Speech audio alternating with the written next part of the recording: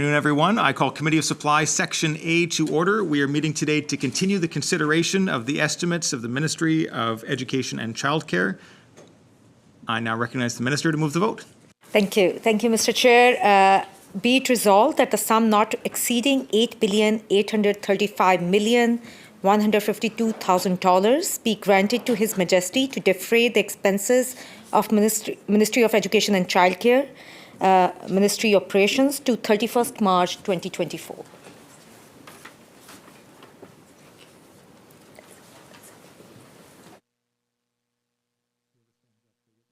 Recognizing the member for Surrey South. Thank you. So continuing, Honourable Chair, with discussion we were having this morning, some questions. We were discussing screening for dyslexia in BC schools. And if I am remembering correctly, the minister stated that there really isn't any screening program right now in BC schools, and that individuals do not need a diagnosis in order for them to get help. But my question is, without any diagnosis, how do you know, through you, Mr. Chair, to the minister, how do you know what are the appropriate interventions?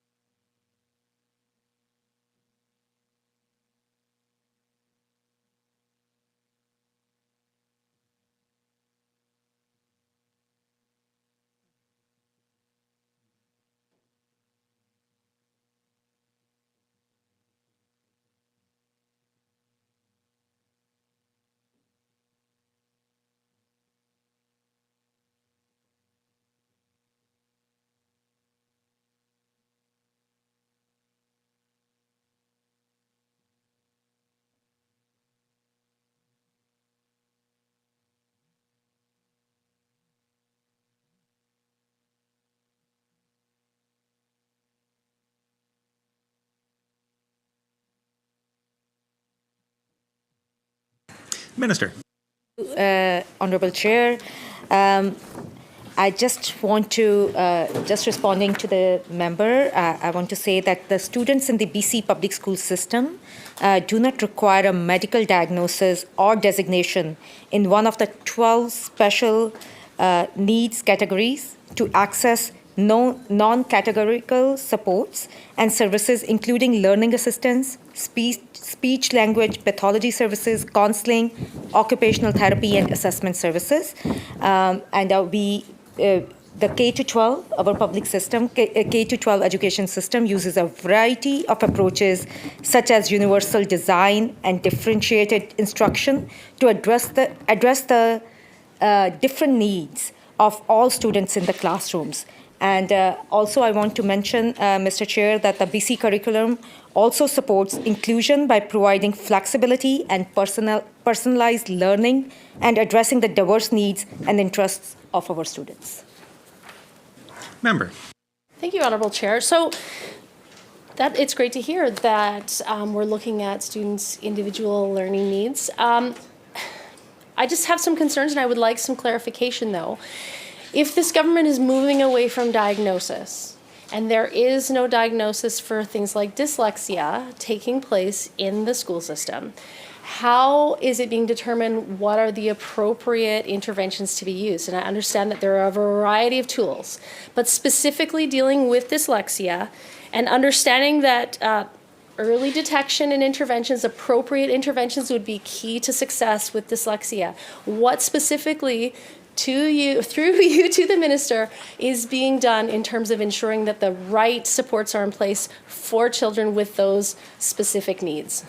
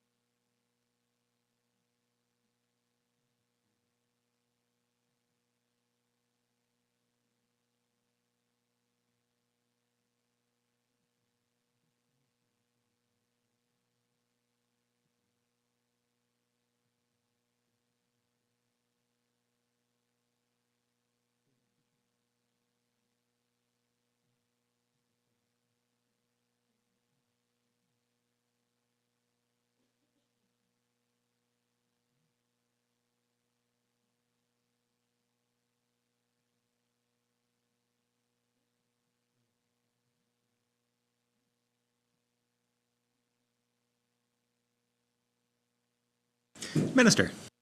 Mr. Chair, and I just to on the member's question, I just want to reiterate again, like every student coming to the school system, I think the school communities are working towards to bringing out their best potential. That's where the focus is, and. Diagnosis is not the only tool. I won't say that the diagnosis does not happen, but like I think the school community is a really good judge in understanding what the needs of our diverse, what are the needs of the students with diverse abilities, to understand, to recognize those needs, and to continue on the learning process. I would say the diagnosis does happen, like when those needs are recognized, that those issues are recognized, the diagnosis does not happen, but that is not the only way that we can support the students. There are a number of tools, a number of resources that the school communities employ every day to help those students. And I think I really want to focus on one thing, that the learning needs to continue. Just because that you are waiting for a diagnosis, that learning should not stop. Member. Thank you, Honorable Chair. I absolutely agree that learning should never stop. We want to make sure that students, of course, are supported in their entire learning journey. But it feels like this government's moving away from diagnosis, and in terms of making sure that the right supports are in place for individuals. Is it not important, through you to the minister, does the minister not believe it would be important to have accurate diagnosis to ensure that the right supports that suit the specific individual needs of learners in British Columbia would be diagnosed so that they can receive those supports?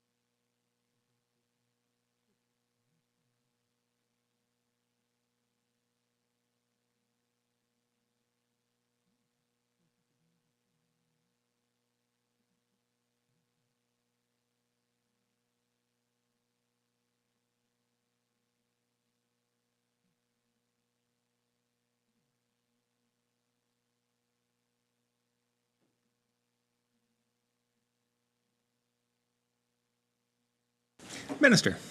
Thank you, Mr. Chair. And to the member's question, I just want to reiterate that the diagnosis still happen in schools, but diagnosis is just one piece of the puzzle. It is one tool that the school communities use, and it is like we know the students with their diverse abilities, and every child is different. And the focus of the school communities and all the great work that they do in our schools is to recognize the diverse abilities those students are, how to work with those abilities, how to bring out the best potential in each student, and provide them with the best learning outcomes. That's where we are going. Diagnoses always have happened. They will keep on happening, but they should not be a blockade, like they should never block students' learning, or they should not just be one indicator of how students will learn and how much instruction they will get from the school. Member. Thank you, Honourable Chair.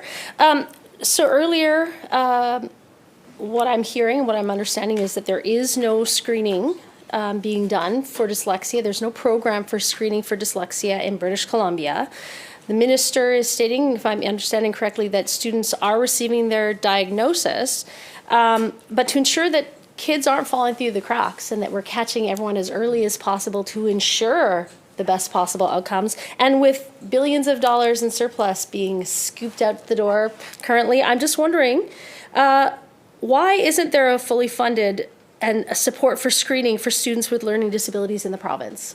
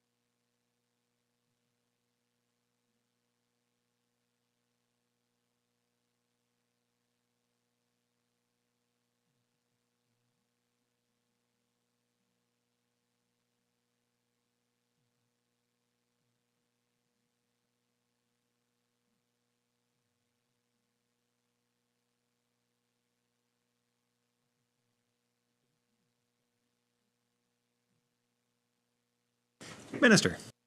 And to the member, I just want to reiterate what I said before, that we want every student, whatever their needs, what kind of ability they come with, to reach their full potential. And that's why we fund the school districts for students with diverse abilities or disabilities. And that funding has increased this year by 9.4% for level 1, 2, and 3. And this is, I just want to, through you, Chair, to the member, I just want to say it again, that it is important for us in the ministry that every child, despite of, irrespective of their ability, their level of learning, they should get full supports, and that's where we are. That's what we are committed for, and that's what we are focused on. Member. Thank you, Honourable Chair. Is there any funding, through you to the ministers, or any funding in the budget specifically related to students designated Q? So to clarify what I'm asking, are students with dyslexia receiving additional funding to support their unique learning needs?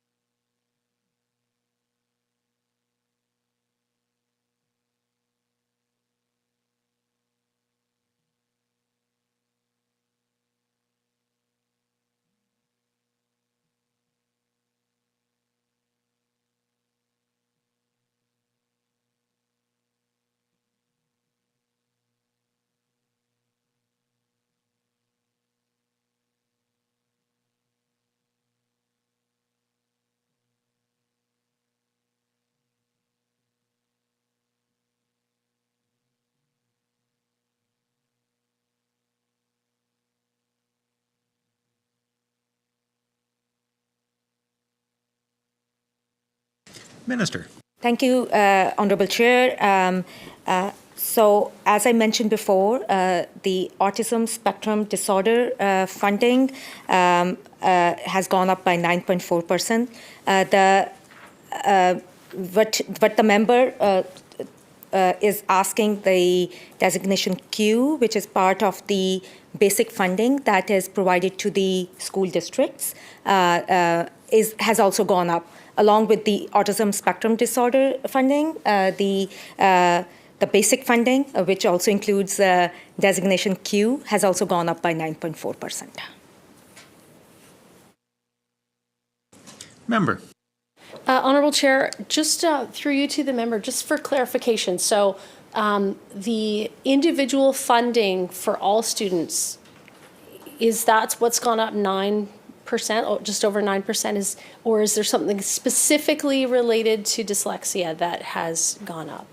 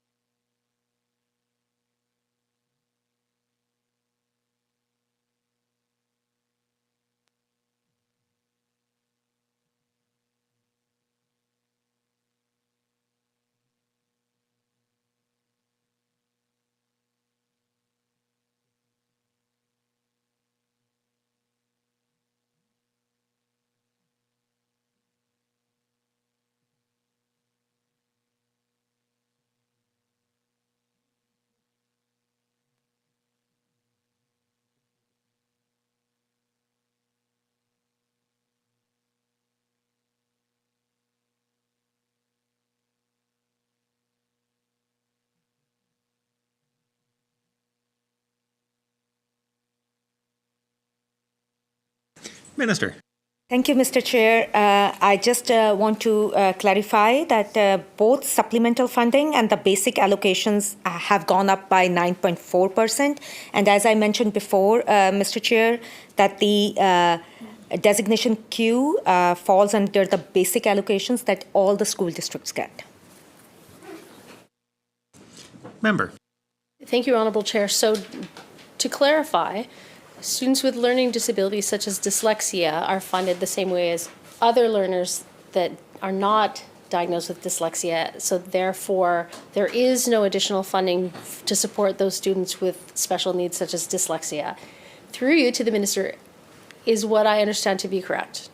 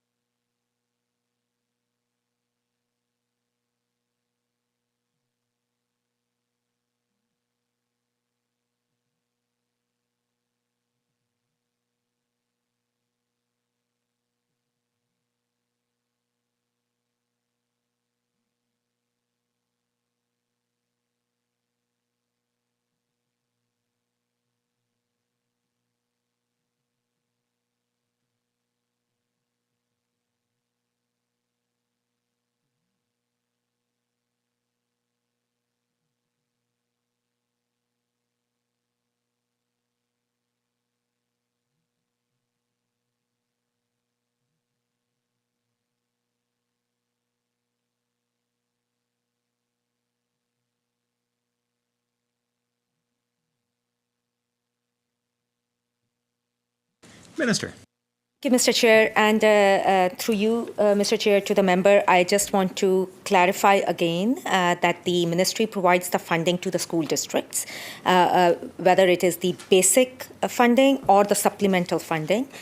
Both basic funding and the supplemental funding has gone up by 9.4%, but it is according to the, Mr. Chair, it is up to the school districts, the school communities, to determine the needs of their students.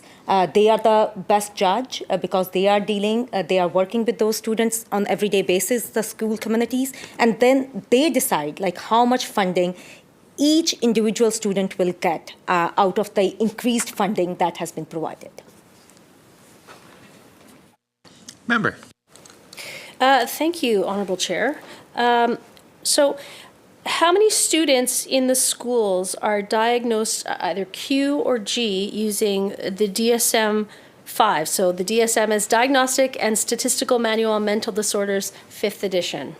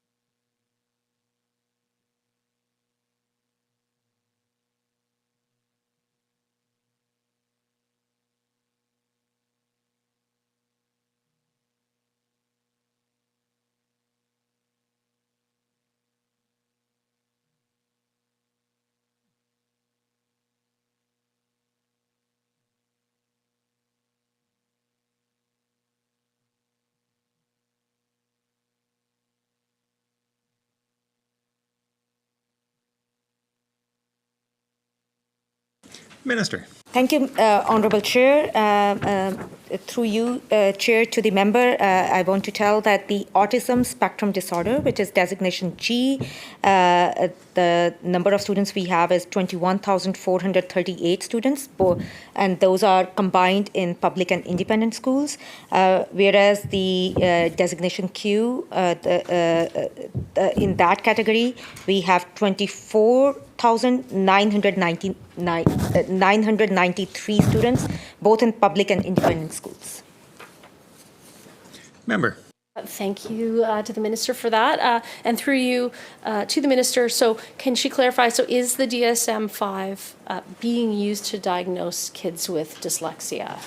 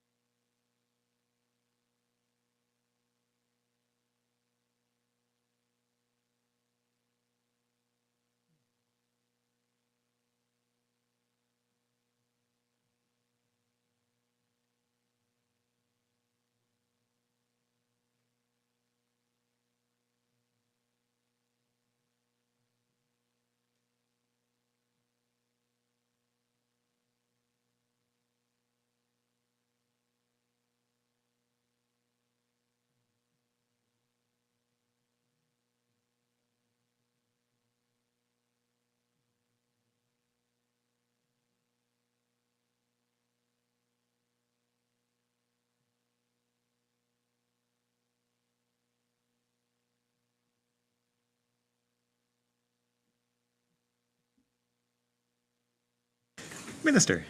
Thank you, Mr. Chair.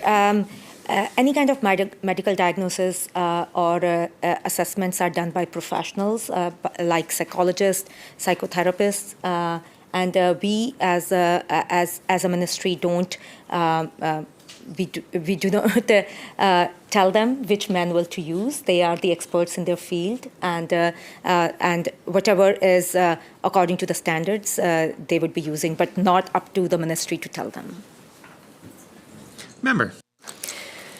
Thank you, Honourable Chair. In 2021, BC passed the Accessible British Columbia Act, saying it was modelled after the Federal Act, but we know that it wasn't, as the Federal Act contained learning and communication in the definition of the impairment. So MLA Stephanie Cadieux at the time introduced an amendment to include the federal definition, but the minister stated, "I will not be supporting this amendment," and voted it down. We know that literacy is decreasing, and the impacts of that decrease on society can be detrimental, yet learning disabilities are not supported in this province, and students suffer because of this lack of support. What we now know is under this government that was tasked to implement the Supreme Court of Canada decision on classroom size and composition, that they chose to argue for 1995 special needs designations to be re-implemented by this province. By re-implementing the 1995 designations, we know that there will be a reduction of special needs students who are receiving supports, who will now be abandoned because they're not severe enough to qualify for support. This is the same eligibility approach that the Minister of Children and Family Development has used to limit services with the Hub Pilot model sites. Can the minister confirm how many Q designation students were affected when the special education category moved from a more expansive definition to a less expansive definition? So, quote, fewer students will meet the designated criteria and that the number for establishing classroom composition will be lowered, end quote.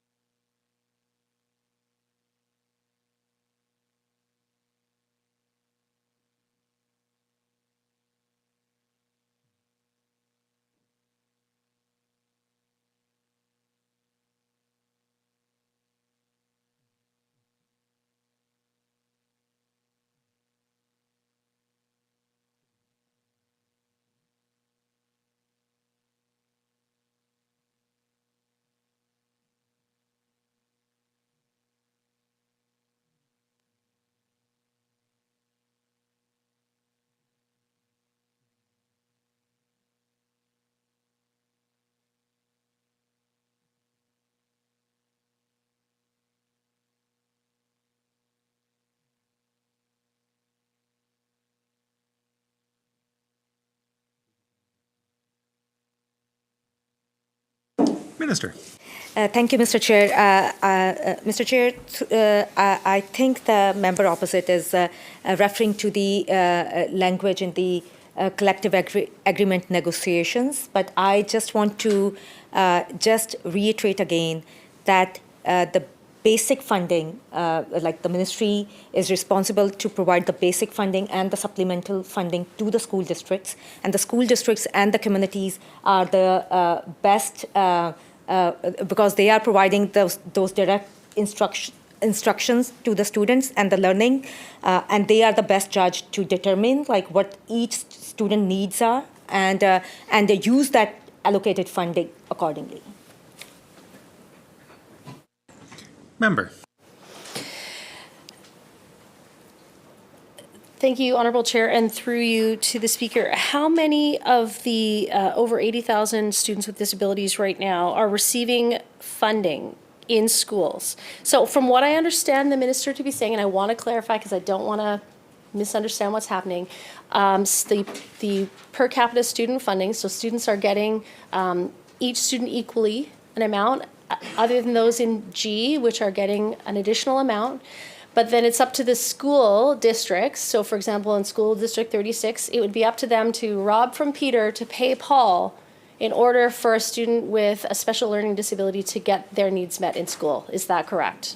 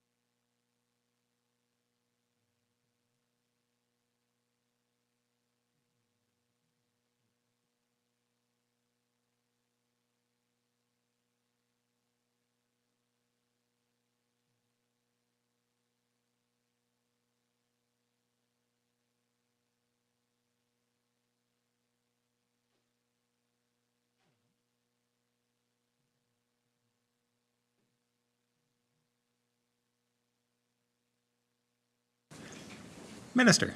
Thank you, Honorable Chair.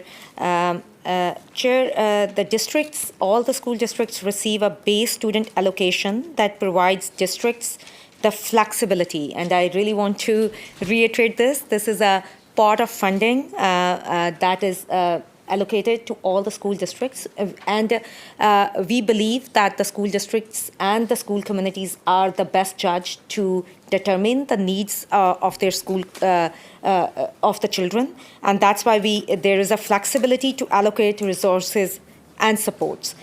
In addition, students, as I have mentioned before, that students in level 1, 2, and 3, the districts also receive the supplemental funding to support students with more complex needs. But one thing that I really want to emphasize here, Mr. Chair, is that we as a ministry, we are committed to giving the funding to the school district so that every child, whatever their level is, whatever their ability is, gets the resources, gets the supports.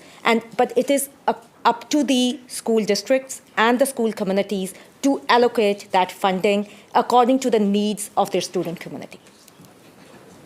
Member. Thank you, Honorable Chair, and I do thank the Minister for confirming that money is given, and through the flexibility of the school districts, they do take money away that has been designated for one child to give to another child whose needs aren't being met by targeted funding in this budget.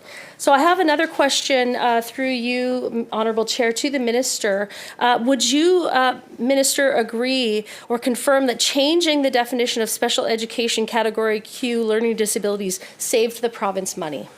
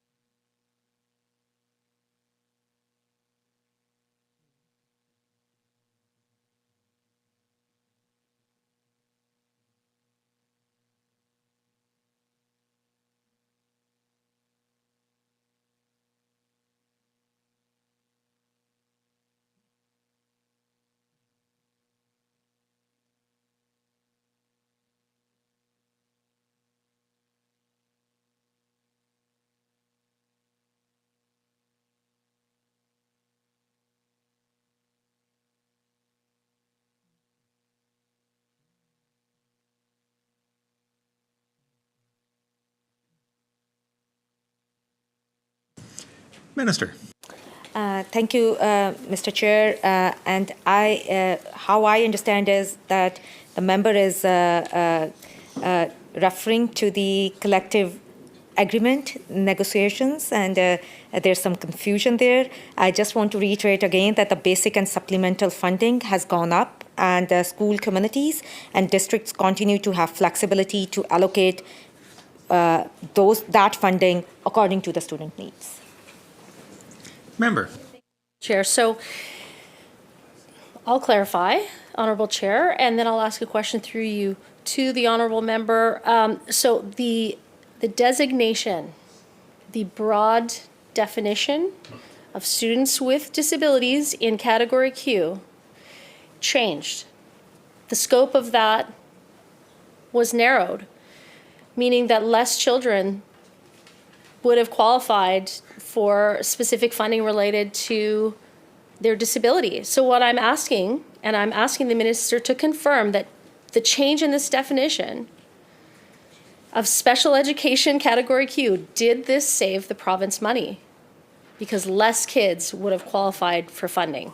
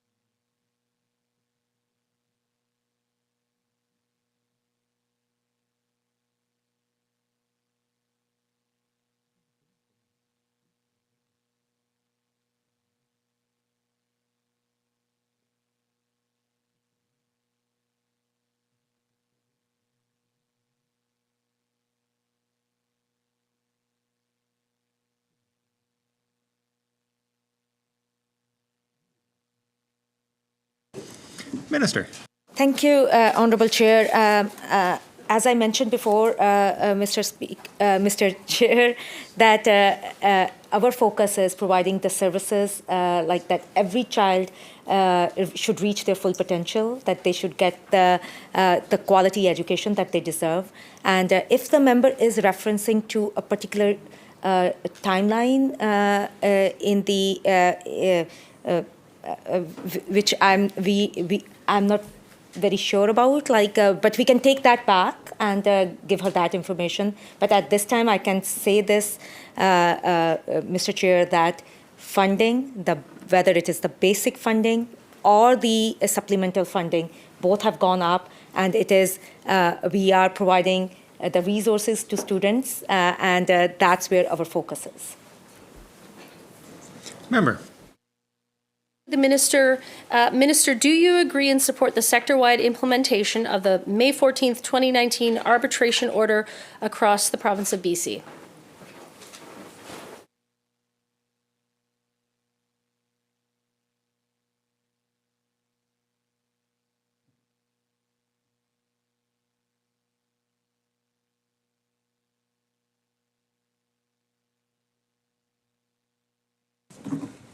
Minister.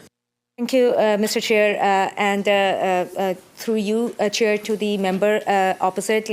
We would need more information about that. We can take it back, and we will need more specifics about it. Member. Thank you. I'm sorry, one sec. Thank you, Honourable Chair. BC shifted to a new way to grade students this year because the new curriculum focused on literacy, numeracy. Yet we know that literacy and numeracy are decreasing in BC. We know that students who used to be eligible for supports are no longer supported in the literacy and numeracy in schools across the province. Yet this province has moved to a new reporting proficiency or marking system that no parent understands. So through you, Chair, to the Minister, how does or doesn't the new proficiency scale correlate to the former grading and marking system?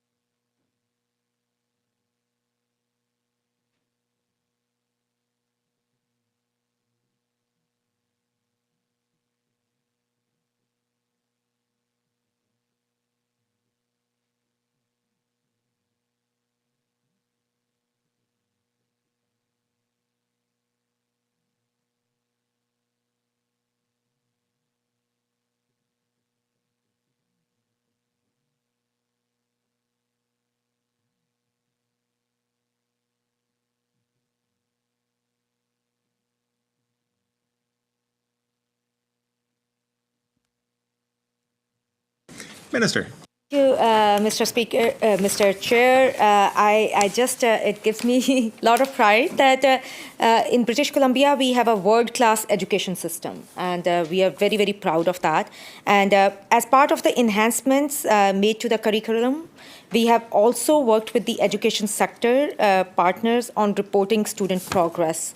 The aim of the new policy was to create more consistency in classroom reporting across the province and align reporting practices with the BC redesigned curriculum. But I also want to say here, Mr. Chair, that for grade 10, 11, and 12, we will still be using the letter grades that will keep on continuing. And this thing, we have worked very closely with our educational partners to bring out this policy. Member. Thank you, Honorable Chair. Through you to the Minister. So the move away from academic grades, which provided clarity to parents, to the new system, which is to parents vague, and I have heard many items of feedback from parents. You know, we used to have a system where, for example, 90 out of 200 would be 40%, easy for a parent to understand. So can we have some clarification, please, on what is the difference between proficient and exceeding? And additionally, how is it determined to, I guess, how do we make sure that one teacher's interpretation of emerging or proficient or exceeding is going to be the same interpretation that another teacher is using, even in the same grade?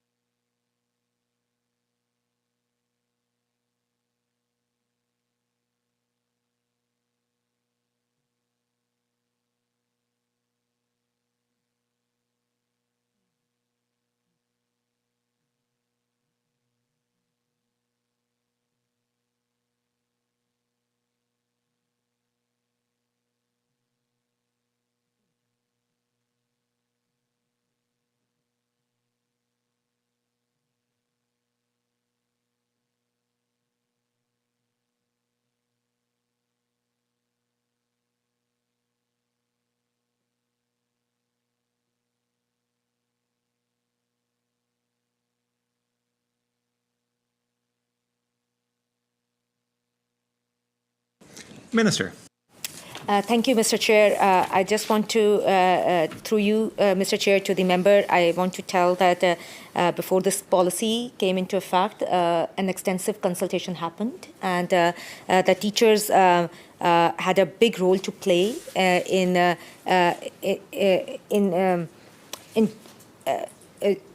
with the levels that we are going with, whether it is proficiency, extending, or exceeding.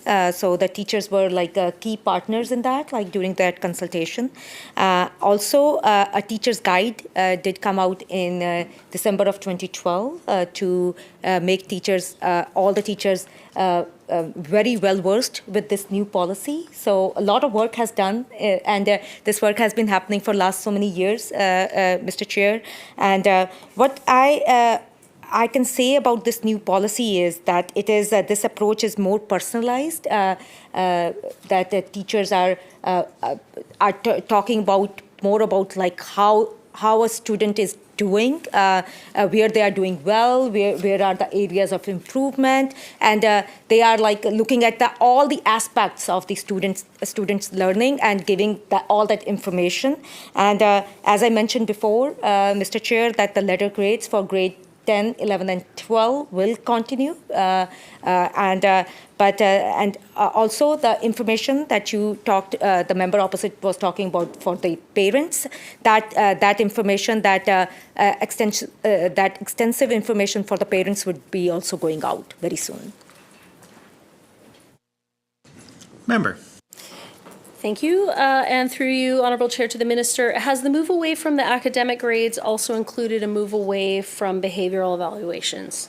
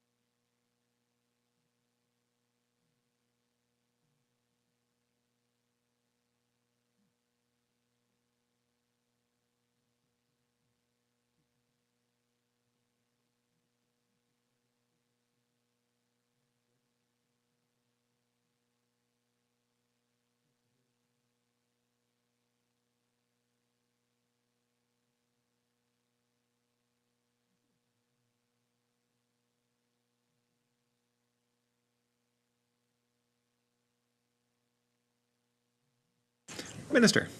Mr. Chair, and I just want to just mention again the descriptive nature of this new policy, and I think through you, Mr. Chair, to the member, I think the focus is between the teacher and the parent or the caregiver is that having that communication and talking about what are the opportunities and where are the areas that the student would need extra support. And I think that's where this policy would be focusing on, and the descriptive nature of that policy would be giving an opportunity, having that communication between the between home and between the school community and the home community to discuss and to understand what the challenges, what the opportunities are, and just work towards the students' learning, and that's what this policy is trying to achieve. Member. Through you, Honorable Chair, to the Minister, you mentioned that information will be provided to the parents. Can you give me a timeline for when the information for parents on the new grading system will be available?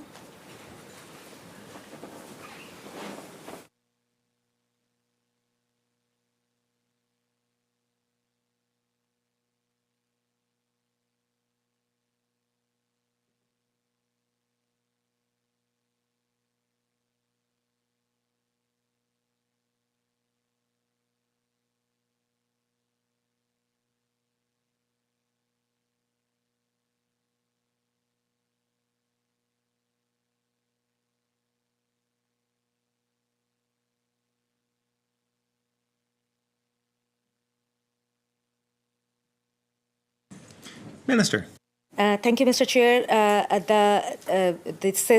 This work we are planning to send it out in the next few weeks, and I'll be more than happy to share it with the member opposite once we do that. Member. Thank you for that answer, and through you, Honorable Chair, to the Minister, how are students who are moved from a proficiency scale in grade 9 then to the academic scale for grades 10, 11, and 12, how are they going to be prepared for this change?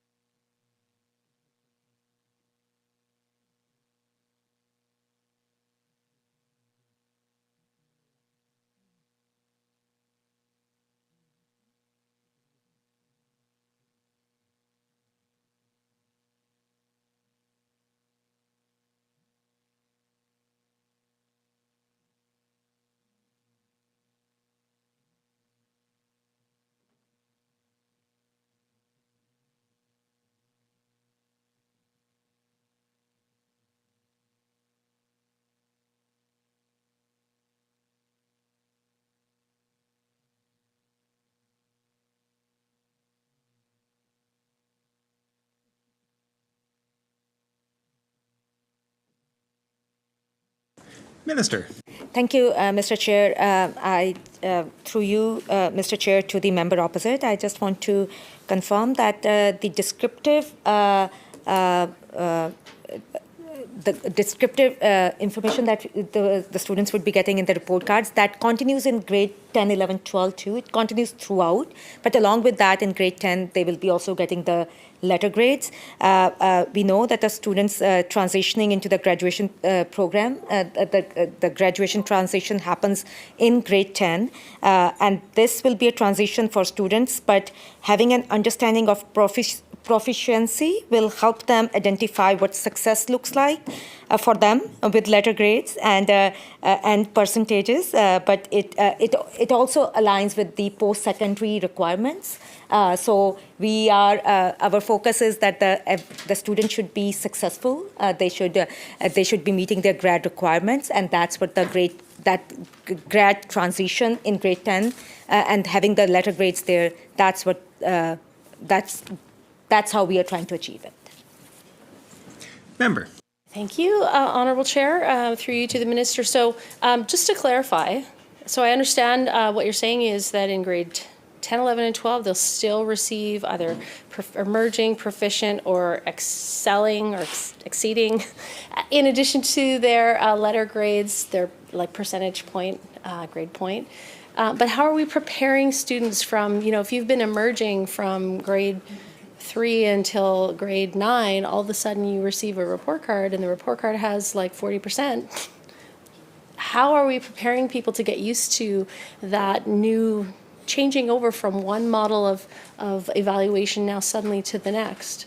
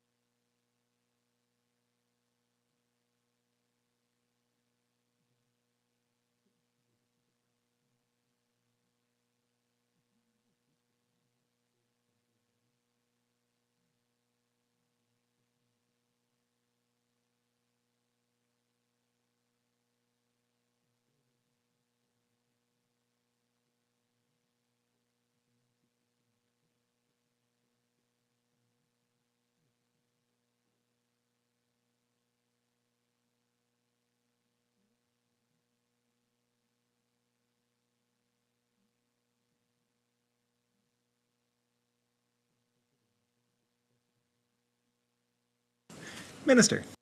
Mr. Chair, I just want to just clarify one thing, that the descriptive model continues for the grade 10. And the whole purpose of the description is to identify what the student needs are, like where the challenges are, where the opportunities are, and having that communication between the school community and the home community, and to support the students in the best possible way. So it is when they are transitioning to grade 10, which are the grad requirement years, that's when it starts, it won't come as a surprise that what the challenges are or what the opportunities are. The students would be very much aware, as students, parents, as well as the parents, caregivers, and teachers. Everybody would be, I think, would be very comfortable what the level is. But the whole purpose of this description is how best to support the student, how to best support their learning so that they are equipped for success. And that's what we want for every student to be successful within the school community. Member. Thank you, Honourable Chair. Through you to the Minister. Would the Minister please break down the capital budget 2023-24 by regions? So North, Central, Lower Mainland, Island, Okanagan, and Kootenays.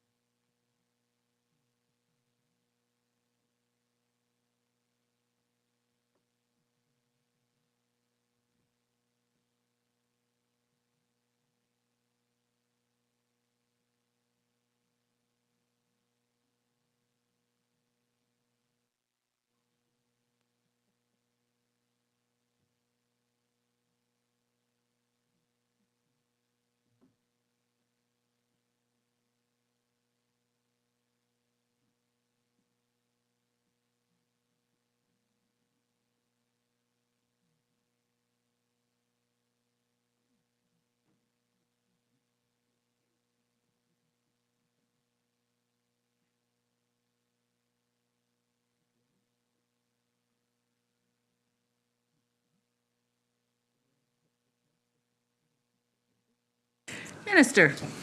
Thank you, Madam Chair. Thank you so much. And I thank you. I would really like to thank member opposite for the question. And I just want to tell that how proud we are. Since 2017, the investments that we have made in the school capital budget. Since 2017, Madam Chair, we have invested 3.2 billion into the capital projects. Gives me, and we can talk more about that. But in this year's budget also, it is addressing the capital needs. It will be. It has 3.4 billion for the next 3 years. But I just want to tell the member opposite that the capital budget, is not divided according to the regions. Like my ministry works very closely with the school districts, and and I'm really proud of the work that goes in the background, all the conversations that happen. And the school districts are responsible for giving their priorities for their capital projects, and those priorities are like a lot of effort is done by the ministry staff, and what are the high needs according to the region, according to the area, and according to that the budget is allocated. Member. Madam Chair, thank you very much, and through you to the minister. How much of the budget is allocated to the 17 districts with less than 50% of seismic mitigation complete, and how many will be above 50% complete with this year's budget?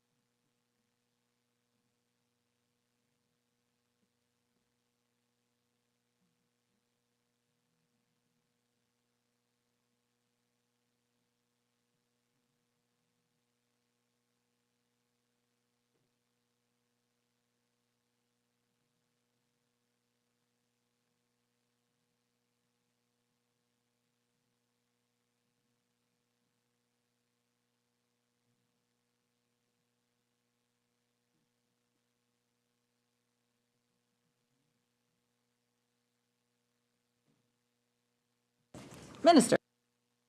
Thank you, Madam Chair. As a government, our focus has been to provide our students learning environments that are modern and safe. And since September 2017, Madam Chair, 59 seismic mitigation projects have been approved, which created more than 32,551 safe seats with a total value of $1,284,000,000.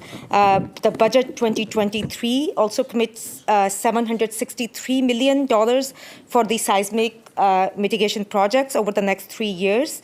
And till date, Madam Speaker, the government has spent $2 billion to seismically upgrade or replace seismically high-risk schools. Member. Thank you, Honorable Chair. To the Minister, how many schools left to be seismically upgraded?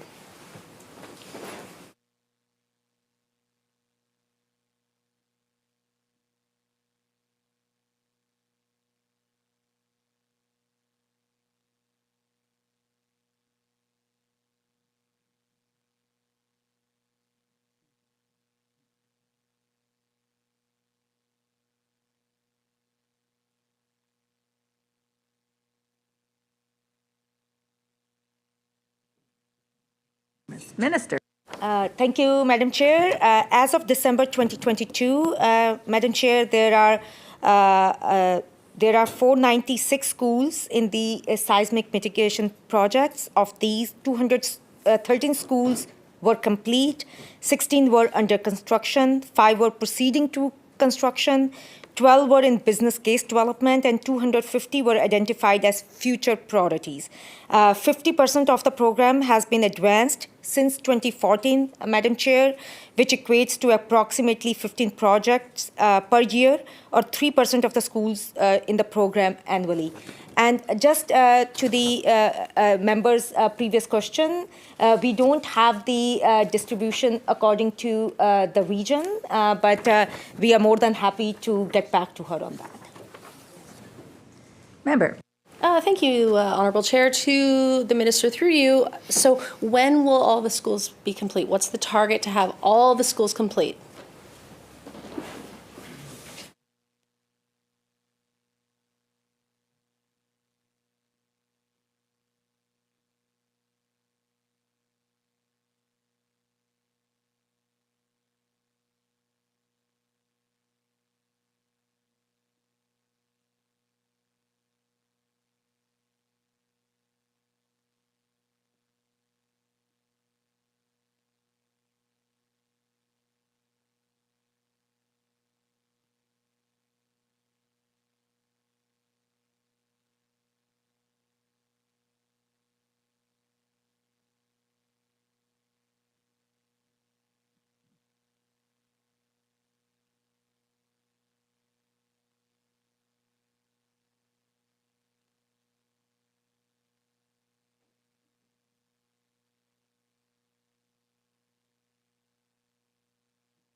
Minister. Thank you, Madam Chair. The safety of our students is our key priority, Madam Chair, and that's what we have been working on since 2017. And as I mentioned, that number of projects have been completed, number of projects will be going for construction, and we will keep on working with the school districts, understanding what their safety needs are. But a lot of the school projects, like they are being replaced completely if they rather than even the seismic upgrades, they are being replaced. So a lot of work is happening, Madam Speaker and Madam Chair, and but I just want to reiterate the safety of our students, our student community is of topmost priority for this government. Member. Thank you, Honorable Chair. So I know that the Minister is new to this portfolio, but in 2017, her predecessor actually said that the seismic mitigation to meet the new standards would be done by 2022. And so I want to know, will all the schools be done by 2025?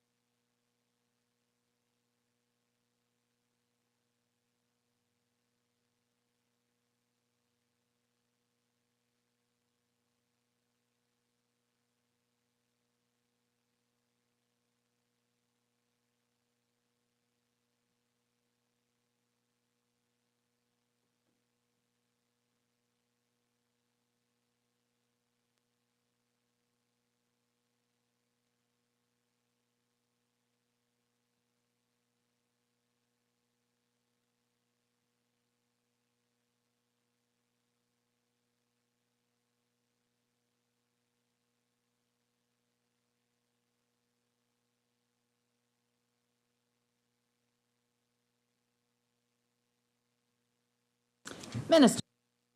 Thank you, Madam Chair. In 2017, Madam Chair, when we formed the government, we were doing a lot of. Since then, we started with a lot of catch up, and that's what our capital budgets for the for the education ministry have reflected, whether building new schools, and I can say.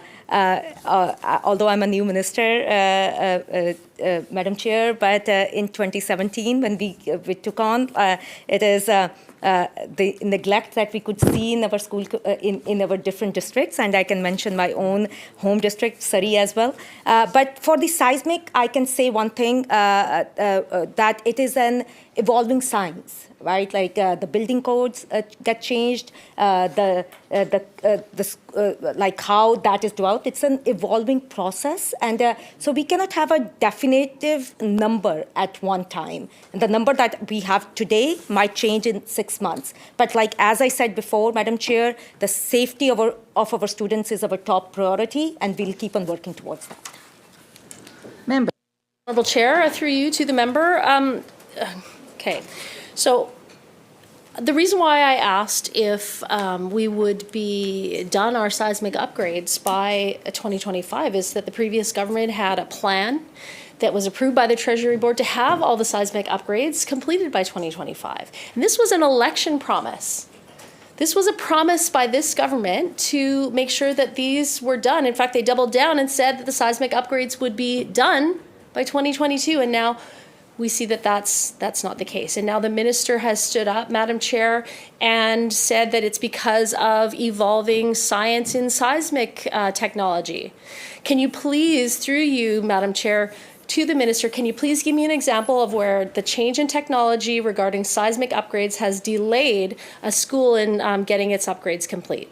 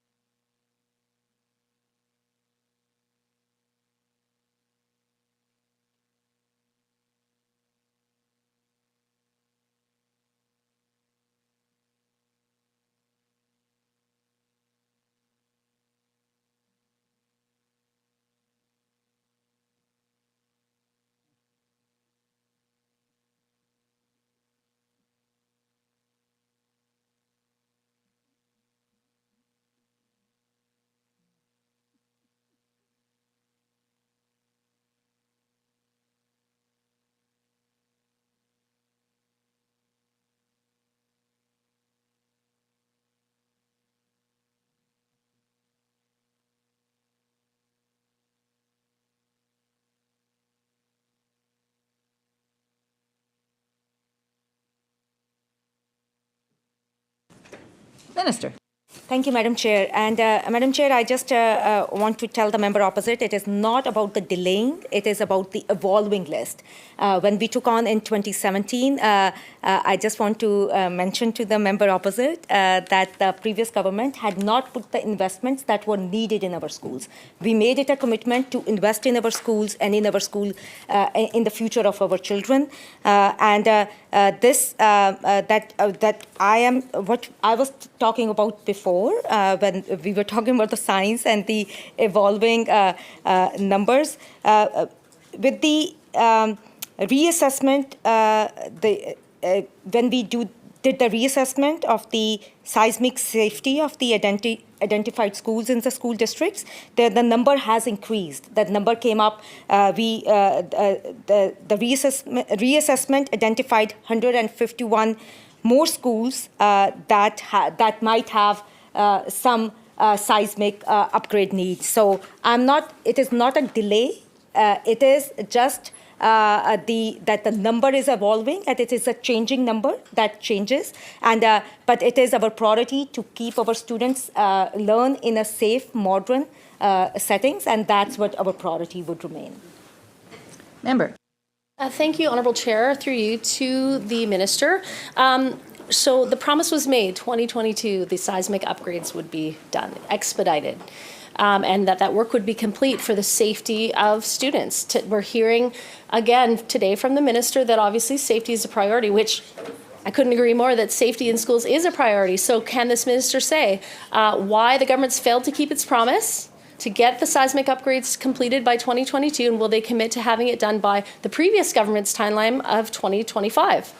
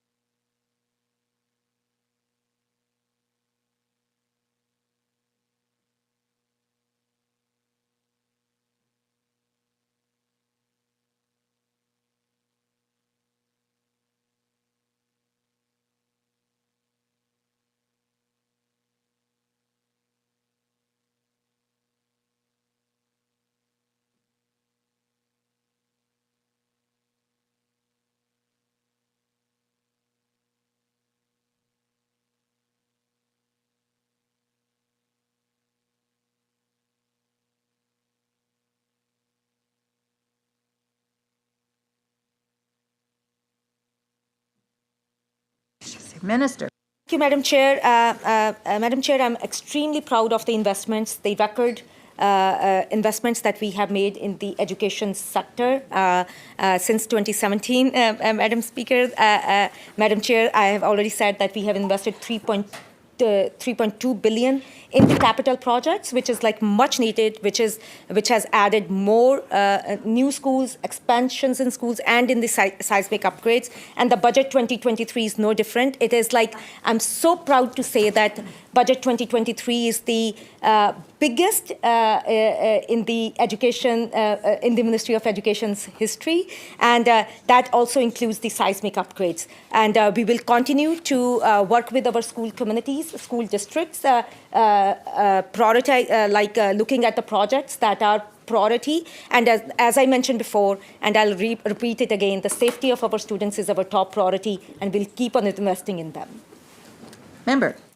Thank you, Honourable Chair. And it's disappointing because I don't feel that the Minister has answered the question, hasn't committed to, assuring parents that the projects will be complete by at least what the previous government had set out as a timeline. And, for all the talk of student safety, I think that it's another example of all talk and no action when they're not able to commit to an actual timeline to get those seismic upgrades complete. So through you, Honourable Chair, to the Minister, we'll move on to another question.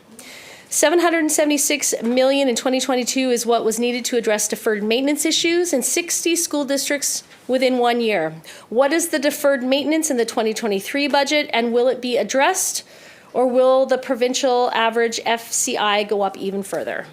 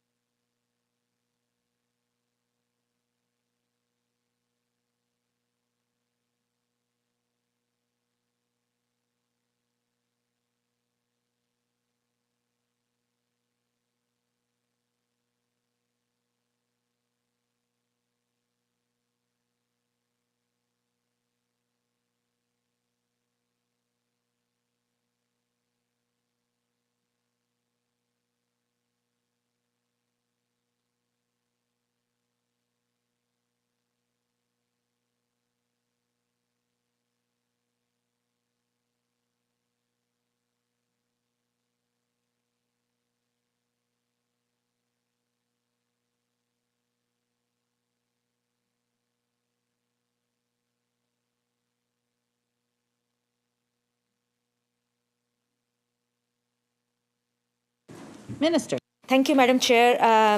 Just to the member, she talked about the FCI, which is the Facility Condition Index. I just want to mention that that is a floating number that changes month by month and is an indicator. But I just want to let the member opposite know that the budget 2023 provides a funding of 261.1 million. That is, we know that the school districts have the minor capital projects, and this funding will be going towards that.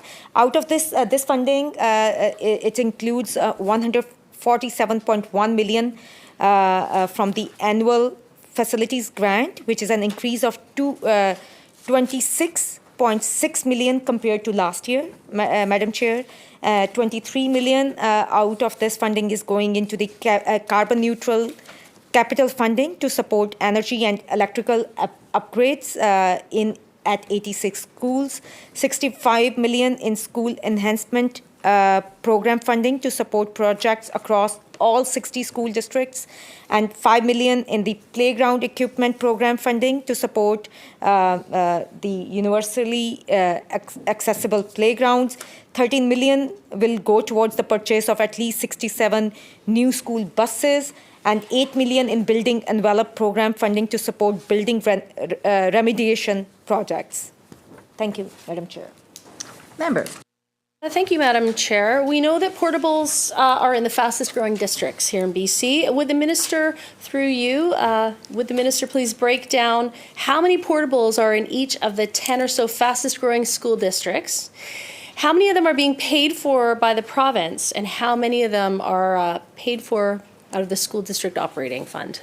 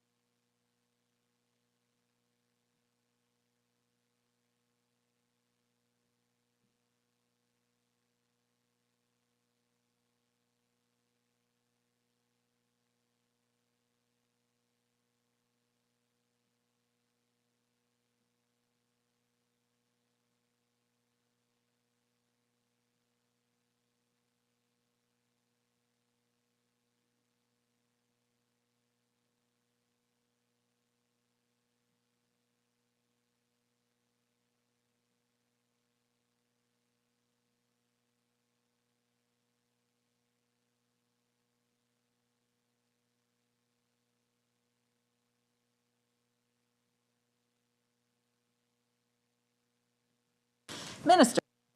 Thank you, Madam Chair. And I just want to reiterate again the record investments that we have made in our capital, education capital.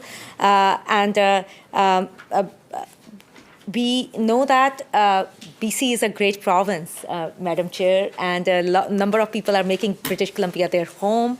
We have seen, especially in the last few years, we have seen the record number of people coming to British Columbia, and that has, we are very, very cognizant of the fact that that has put pressure on the school districts. We are very aware of that, and ministry and myself included, we are having the conversations with the districts that are facing the pressure. But I want to talk about with the record investments in the capital projects, Madam Chair, that we have been able to add more than 20,000 seats all across the province. That has avoided the need of more than 800 portables. But we know that it is a growing province, and some districts are facing the pressure more than others. Member. Thank you, Honorable Chair, and through you to the Minister, of course. Just a short trip down memory lane in 2020, these portals were supposed to be gone. This was an election promise actually made by the former premier, when they formed government. And in 2017, the former Minister of Education actually doubled down and assured Surrey residents that portables would be gone. And, I'm looking at a population chart that's part of my notes, and it actually shows a 71% increase in the population of our hometown, Surrey, since 2001. So it's not just a couple of years where communities have grown and the schools should be growing. And, of course, sometimes portables have to come in to meet those excesses. But a promise was made that they'd be gone by 2020. So can the minister please explain why the government has failed to keep its promise to the residents of Surrey to fully eliminate portables by 2020?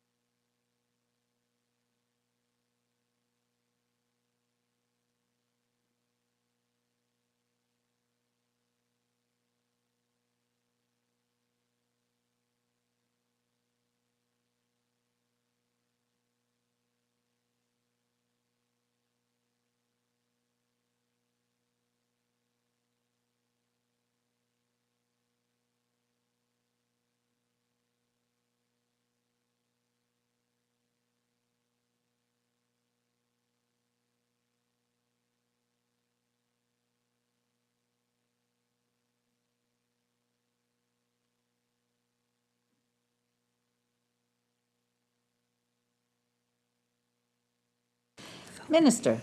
Thank you, Madam Chair, and thank you to the member opposite. As I've talked about our record investments, it is our commitment to accelerate expansion projects in high-density areas, like in our, and I would say in places like Surrey. But I just want to mention to the member opposite that under the previous government, under her government, the expansion projects were not keeping pace with the enrollment growth, which has led to an increase of the use of the portables to accommodate students. But at the same time, we are very, very cognizant of the enrollment pressures, Madam Chair. We have invested in the, if I talk about Surrey School District, we have invested $500 million in the capital projects. We have a Surrey Capital Project Office to accelerate the projects. We know the need is how high the need is there. Surrey is is the largest school district. We know the need there. We are very cognizant, and we are very proud of the work that we as the government have done, but also proud of the work that the ministry is doing, the communication that they do with the school district, the work that they do, the meetings. I just recently had the Surrey Summit meeting and the conversations that we have had with our partners. But I just want to say, it's not just Surrey, it is all across the province that we are committed to investing in our capital projects, and we will keep on doing that. Chair, through you to the minister, how many portables were there in Surrey in 2016 and how many are there now?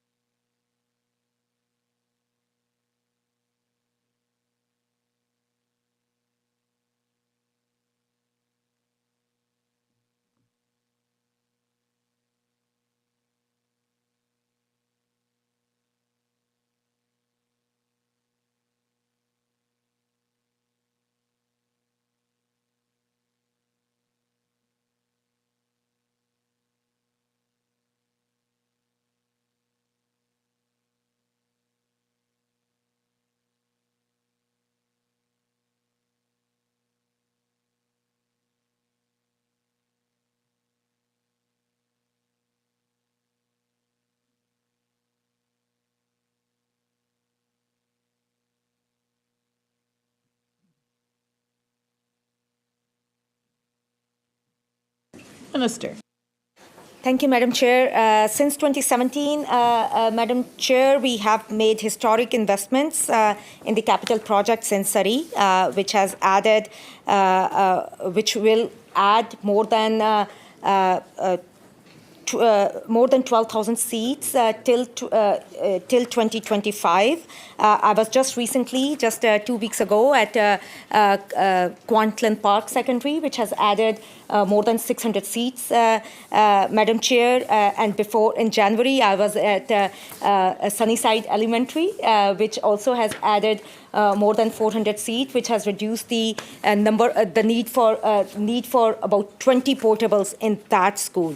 I just want to also talk about the school projects in Surrey that are in business case. There are 6 schools that are Tamanavis Secondary, Guildford Secondary, Fleetwood Park Secondary, Clayton Heights Secondary, and Forsyth Road Elementary Schools. These are all in the business case. But as I mentioned before, Madam Chair, that we are seeing a record amount of enrollment in districts like Surrey, and which the number in the last few years, the number for portables had gone down. But with all the amount of construction that is happening, and with the increase in the enrollment growth, the number has gone up for this year. Member. Thank you, Honourable Chair, through you to the Minister. So my understanding is that's incorrect. They did not go down. In fact, more than 100 portables have been added to Surrey since 2017. It's well over 300 portables, in fact. So again, we have another failed promise from this government, an assurance to Surrey voters that there would be an elimination of portables in Surrey by 2020, and yet here we go, we're up more than 100 portables. It's also my understanding that some of the new schools, in fact, a school in my very own riding actually is already, the Grandview Heights Secondary School is already bursting at the seams, and it's going to be getting a bunch of portables. So brand new school completed under the NDP, and bam, it's going to be loaded with portables any day now. And through you, Madam Chair, to the Minister, I want some clarification about how much does it cost to acquire a portable, and how much is it to move a portable? And are these type of capital costs reimbursed to school districts?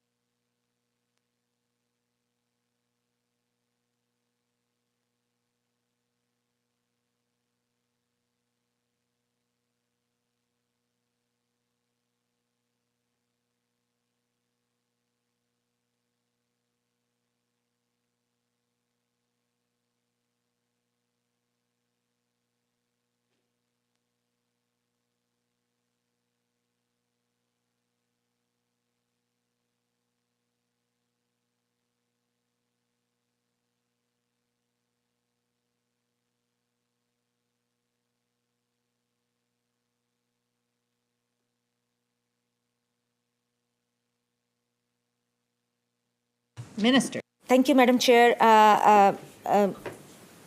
I just want to mention that the portables are used for a variety of reasons, not just for general instruction by the school districts. It is my understanding, I don't have the clear number, but approximately a portable costs about $200,000 and about $100,000 to move and set up a portable. But I just want to reiterate again, Madam Chair, the record investments that we have made in our school capital project since 2017. It is we were playing catch up when we formed the government in 2017, but we will keep on investing in new schools, expanded schools, modern schools that are safe, where our children can get quality education, and that's what the budget 2023 is about. It is has the record investment, record funding of $3.4 billion for the next 3 years for capital projects. Member. Thank you, Honorable Chair, through you to the Minister. So just to summarize, at $200,000 approximately dollars for the portable and approximately $100,000 to move a portable and have it located, it would be approximately $300,000 per new portable that's being brought in. Is this coming from capital budget or is this coming from the school's operating budget?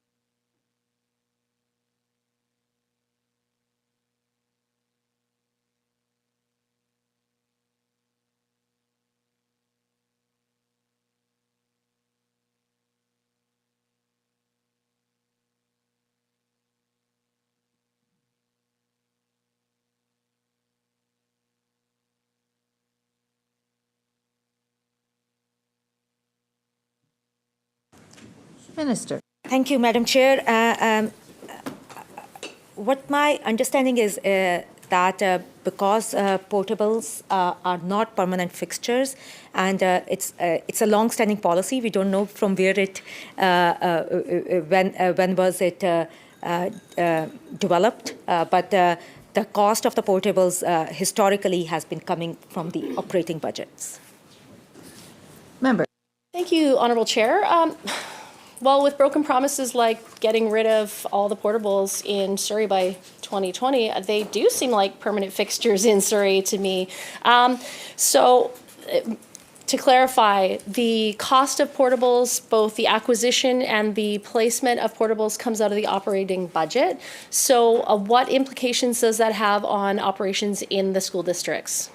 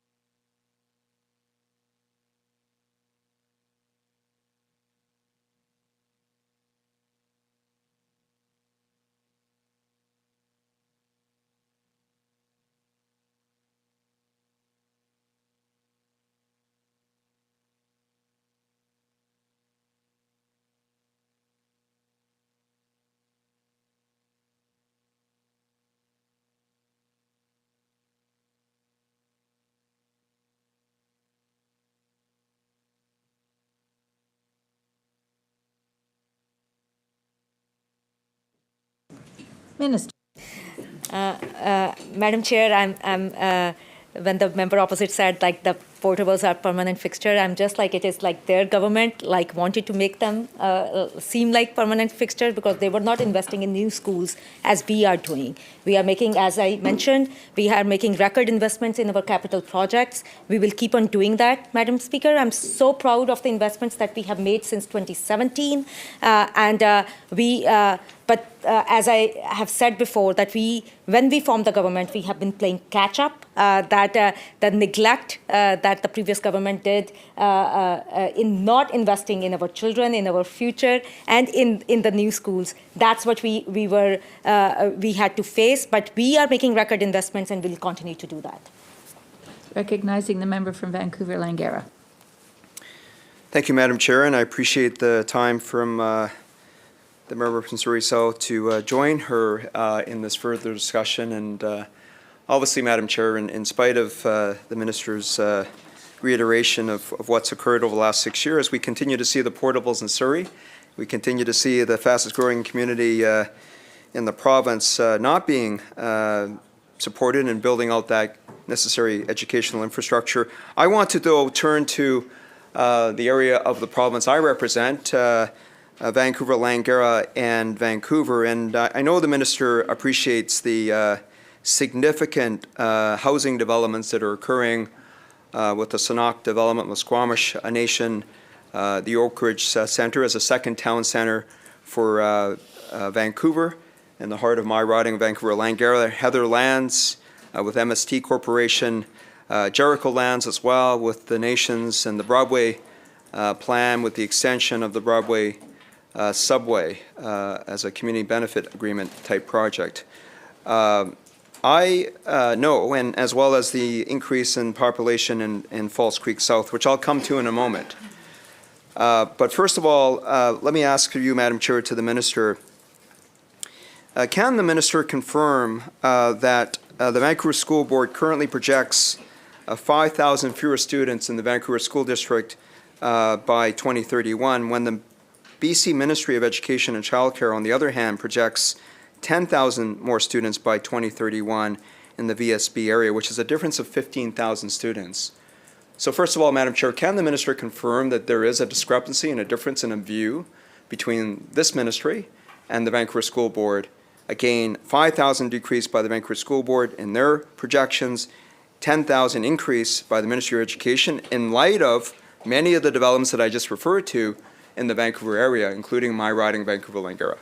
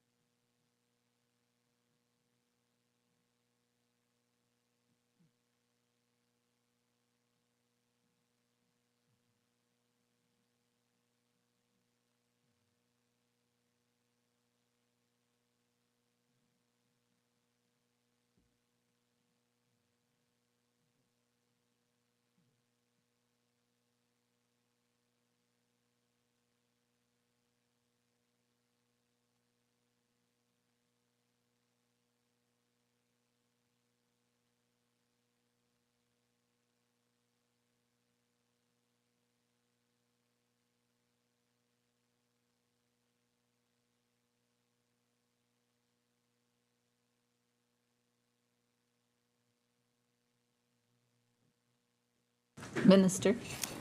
Thank you, Madam Chair. Madam Chair, as we invest in our capital projects, we work very, very closely with our school districts, and we have 60 school districts all across the province. And that's what I'm really proud of the work that the ministry staff does and the collaborative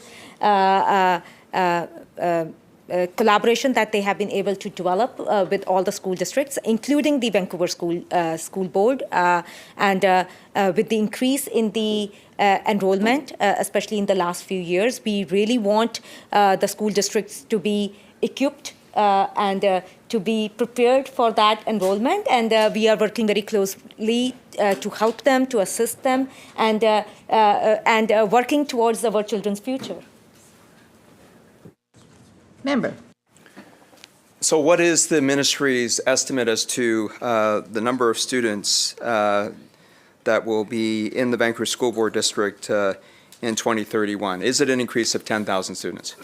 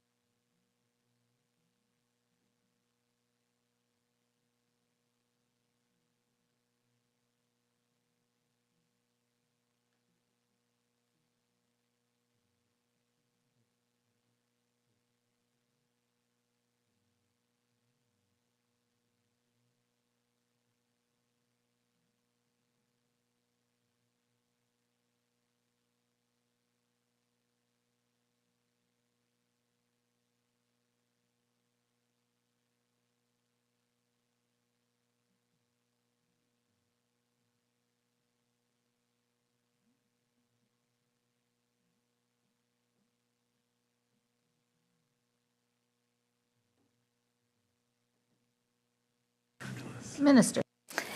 Thank you, Madam Chair. And the ministry staff work, as I mentioned before, Madam Chair, works very closely with the school districts and as was mentioned by the member opposite, with the Vancouver School Board as well, school district as well.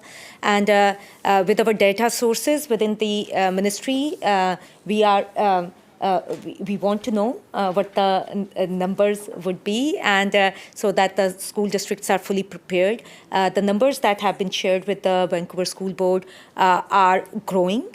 They are in positives, but they are less than 10,000. Member. Thank you, Madam Chair. And I do think that that just reveals the discrepancy and the difference and the gap between this ministry and the Vancouver School Board, because the ministry has just confirmed that the ministry is projecting an increase of students by 2031. Can't quantify whether that's 10,000 or some number slightly less than 10,000, but the Vancouver School Board is projecting 5,000 decrease.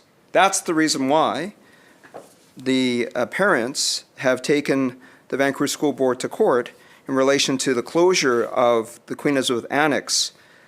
We see that action being taken, and certainly on behalf of my colleague, the Leader of the Official Opposition, and the member for Vancouver-Cochena, where the Queen Elizabeth Annex is located, next to my riding, Vancouver-Langar, we know that when we talk to parents and families, they're very concerned about the lack of integrated community planning to recognize the growth across the city of Vancouver, including on Jericho lands, and at housing at UBC, Westbrook Village, where the Premier lives, as I understand.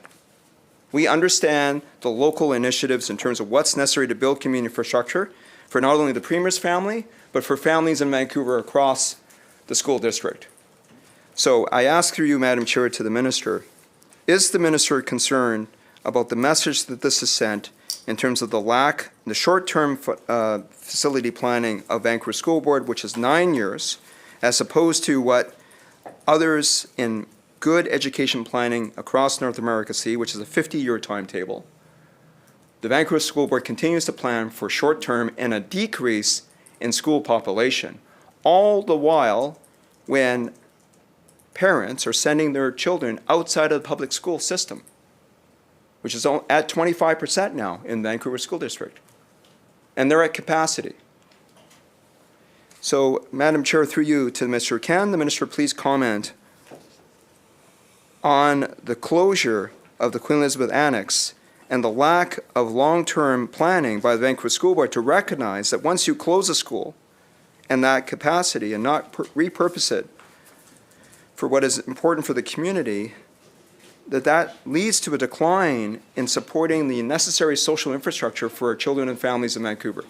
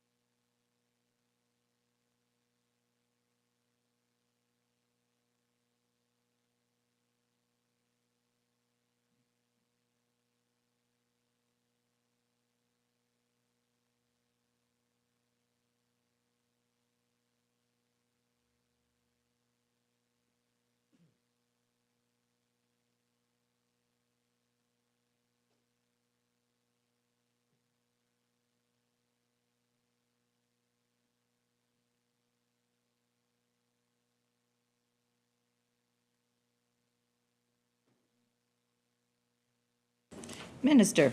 Thank you, Madam Chair. I just want to let the member opposite know through you, Madam Chair, that it is districts. There are a lot of factors that determine when a school is being closed. It is a decision that is not taken lightly. A lot of research goes into it, and I'm sure the Vancouver School District has did their work diligently when they made the decision to close the particular school that the member opposite is mentioning. But I just want to reiterate one thing, Madam Chair, here, that the ministry staff work very, very closely with the school districts. As I mentioned before, that we are cognizant of the increased enrollment all across the province, and we know where the pressure points are. And we want to be proactive in that approach rather than reactive. So that's why those discussions start happening with the school districts way in advance, so that we are able to, we are prepared for that increased enrollment, and in fact are able to invest in our students' future. Member.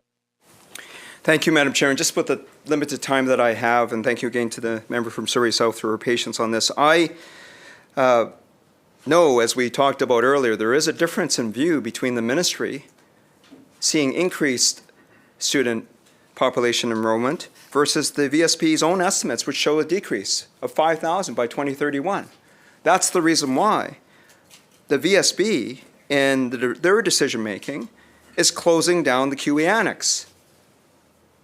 It's underlying this view that the VSB has that student population is actually decreasing in Vancouver when you have all of those housing developments that are being built, including in partnership with First Nations, including at Oak Ridge in my riding. So I'm very concerned amongst, with my colleague, the member for Vancouver-Colchana, the leader of the official opposition, as to the nature in which this ministry, there's a real disconnect. The minister says there's a close working relationship, and yet they're going in different directions. But let me say this, there clearly is a need for more integrated planning, including with the new Mayor of Vancouver and the newly elected Vancouver School Board, because of the investment that this province makes in transportation, education, and healthcare, just like our leader has done with the Canada Line and building up the infrastructure when he was Minister of Transportation. We need to continue to see the necessary community infrastructure, social infrastructure built around the Canada Line. Now, let me just say this then. In terms of the election promise that was made back in October 2020 and the lead up to that snap election in the middle of a pandemic, the current member for Vancouver Falls Creek, the Minister of Jobs, made a campaign promise that the new Olympic Village Elementary School will be built. This has been a long time in the making. I'd ask through you, Madam Chair, to the Minister, where is the capital funding in this budget that relates to that commitment? And secondly, what is the status of the timeline for that school to be built?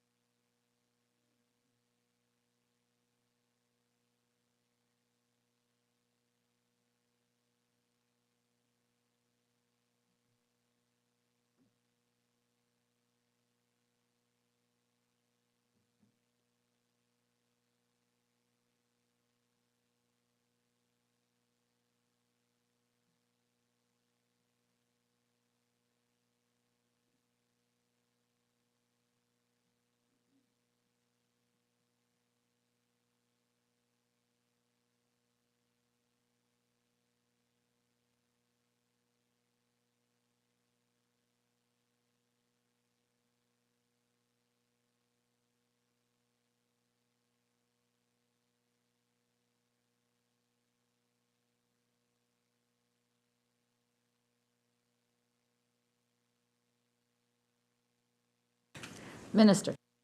Madam Chair, we know that the Olympic Village is a top priority for the Vancouver School Board, and I also want to mention that my colleague, member of Vancouver Falls Creek, Minister of Jobs, has been a strong advocate for that school. But I just want to let the member know that we are supportive of that project. The ministry is supportive of the project. The school board was asked to do the concept plan for Olympic Village, and now it is awaiting the government approval, the concept plan. But in the meantime, the ministry staff is working very closely with the Vancouver School Board to speed up the business plan as well, so that there shouldn't be a delay in this project. So it is our commitment. It is a commitment that that our government has made, and I want to reiterate this is it is one of our top priorities.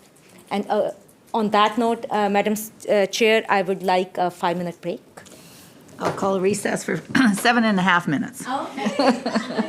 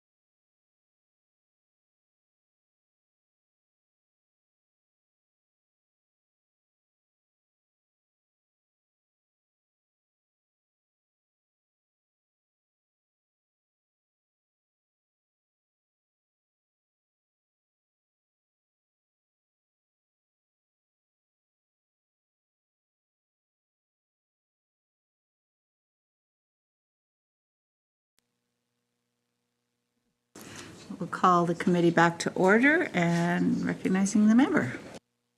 Thank you, Honorable Chair. Just wanted to acknowledge the minister's last answer. And so I understand that they've made a commitment about the Olympic Village School.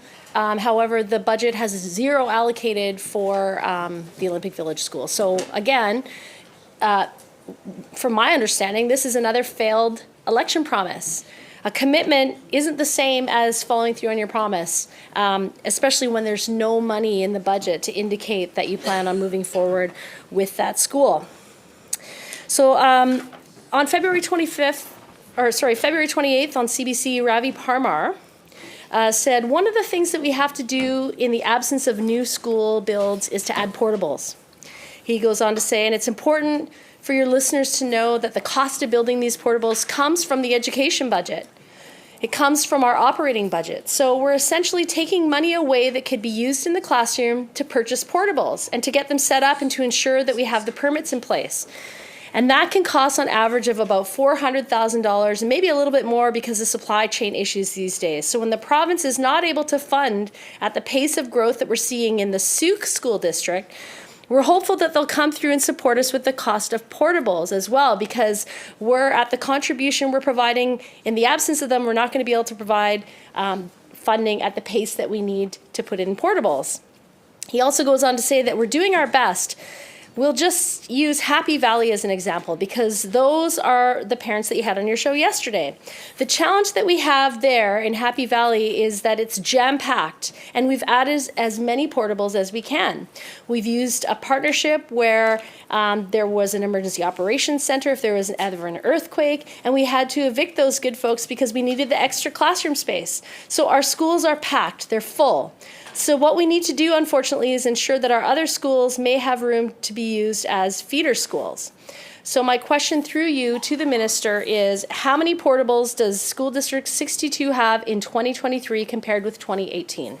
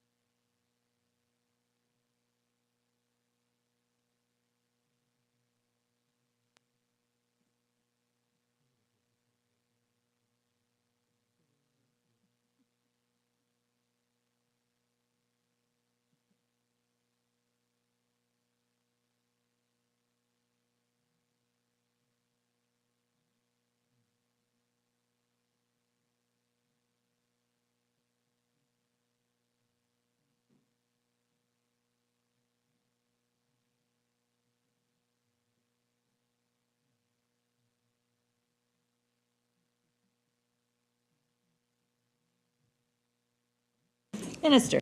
Thank you, Madam Chair. I just want to clarify, just on the previous question, that a comment that the member did. I just want to clarify that the process on how budgets are allocated for capital projects, once an agreed upon business case has been approved, that is when the budget and the timelines are confirmed. So I just wanted to let the member opposite know. Just on the SOOC, member opposite was, Madam Chair, the member opposite was quoting the board chair. And in that interview, one thing that the member opposite missed, that the board chair said, was that the BC NDP is responsible for the largest expansion of public education in SOOC school district. That was also part of that interview. And since 2017, Madam Chair, over 2,200 seats have been created for the SOOC school district.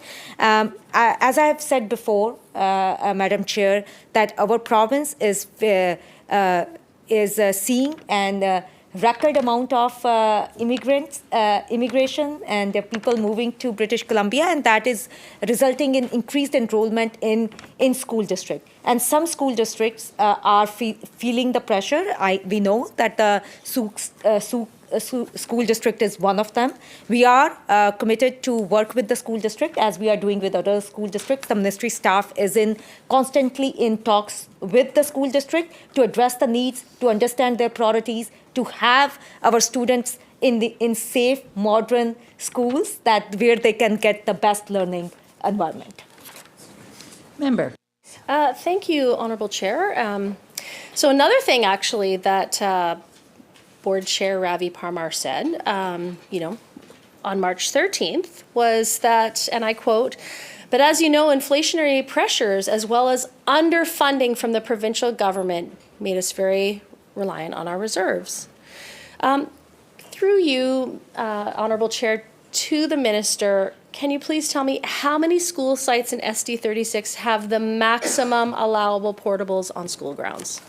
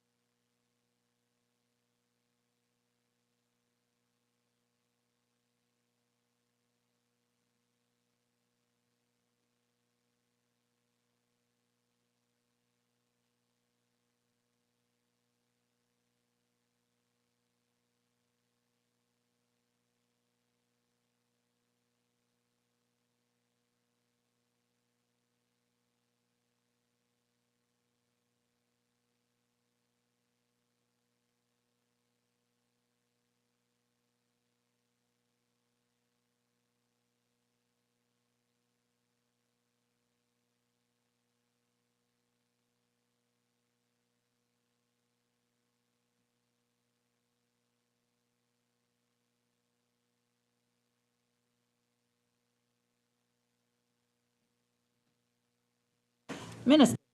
Thank you, Madam Chair. Madam Chair, we don't have the list of the portables, number of portables that the school district has at different locations. We don't have that. But what I can tell you that it is our government's commitment for all the students and also for the students from Surrey to receive positive, engaging and inspiring classrooms, and it remains a top priority for us. I also want to remind the member opposite that when their government was in power, they opened 0 new schools between 2014 and 2017 in Surrey, and there was only 1 addition. Since we have formed the government, Madam Chair, we are doing the things differently. We know how important education is for, they are the foundation for our children's future. And since 2017, we have invested more than $500 million into the capital investments in Surrey. Member. Thank you, Honorable Chair, through you to the Minister. So, I mean, it is unfortunate that you don't know the number of portables. You don't know the number of portables in the School District 62. So, of course, you wouldn't know the maximum amount of portables. Member, just remember to address the She chair. wouldn't know the maximum amount of portables, Honorable Chair. I apologize. So maybe I'll just add a question that she could answer. Will the province step in and fund a turf field for the new school in South Langford to benefit both students and the community?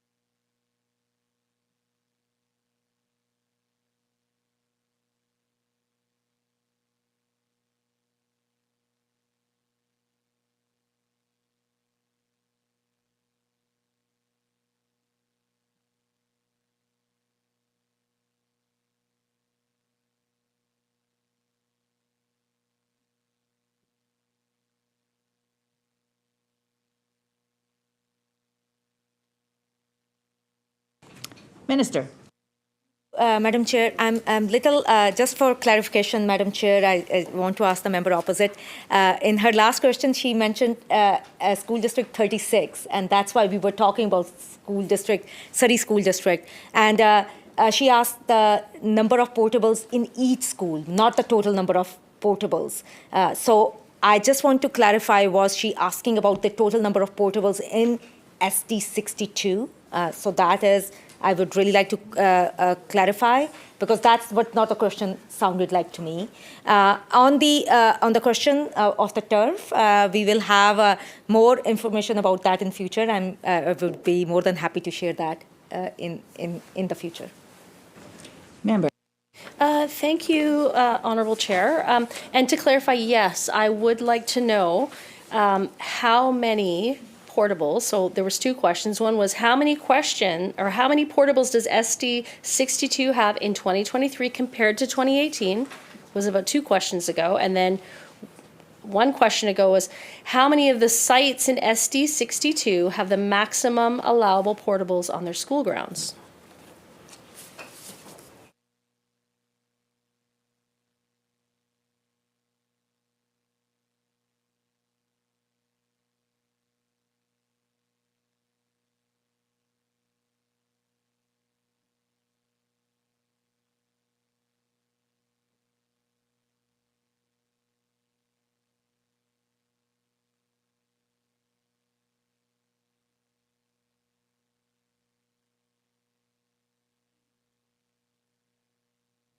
Minister. Thank you, Madam Chair, and thank you, Madam. Thank you to the member opposite for the clarification. And we, at this time, we don't have this. We will take it back, and we'll get back to you on. We'll follow up with you on that one. Member. Thank you for the answer. And just to make a clarification of my own, before asking my final question, Madam Chair, is that actually two schools were approved by the previous government in Surrey. One was Cloverdale School, Clayton Heights Secondary School, and Grandview Heights Secondary. So is there a timeline for getting the information on those portables?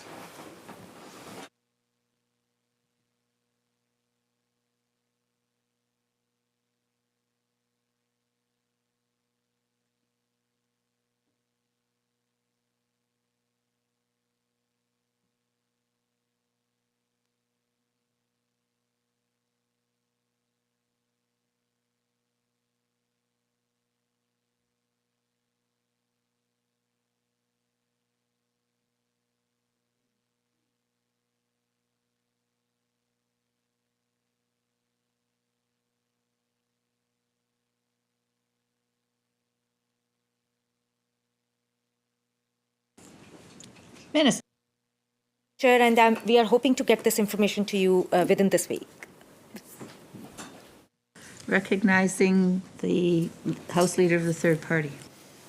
Thank you, Madam Chair. And I think it's just important to acknowledge that the reason why School District 63 has seen such a large expansion in the number of schools that have been approved is not because of any one brand of government or another. It's because there's been a massive population growth with a large number of families out there that if the provincial government wasn't building, whichever brand of provincial government was in power at the time wasn't building schools, that'd be a big problem for the communities on the West Shore. So when the board chair suggests that it's the BC-NDP that are responsible for the expansion, it was the BC-NDP that was in government at the time when that happened. It just needs to be, I think it just needs to be said. We're now coming up to budget time, and I just been invited to deal with the budgets or to see the budget presentations from each of the two school districts in my riding. And one of the things that I've been hearing about from both 63 and 64, and I think it's the same, the member from Surrey mentioned the unfunded inflationary pressures. The provincial government year over year, since we've come into, since 2017, has talked about increasing the funding for the education system.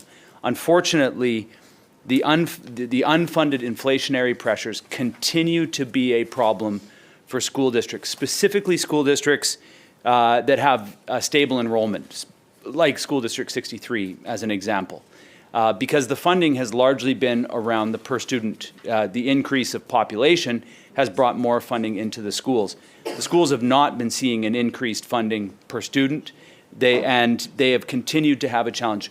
We are going to see school districts in the next few weeks be publicly talking about the cuts that they're going to have to make to our children's children's education system.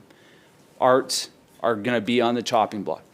We're going to be hearing about school districts that are going to have to make a decision about which of the designated students gets support staff with them. We're going to continue to hear about administrators who are making the terrible decision that this student gets support and that student doesn't, yet both of them have the designation. Why isn't it that this government increased the funding for schools to deal with the inflationary pressures that they're facing today, this year, and specifically this year, with the inflation rate as it is right now?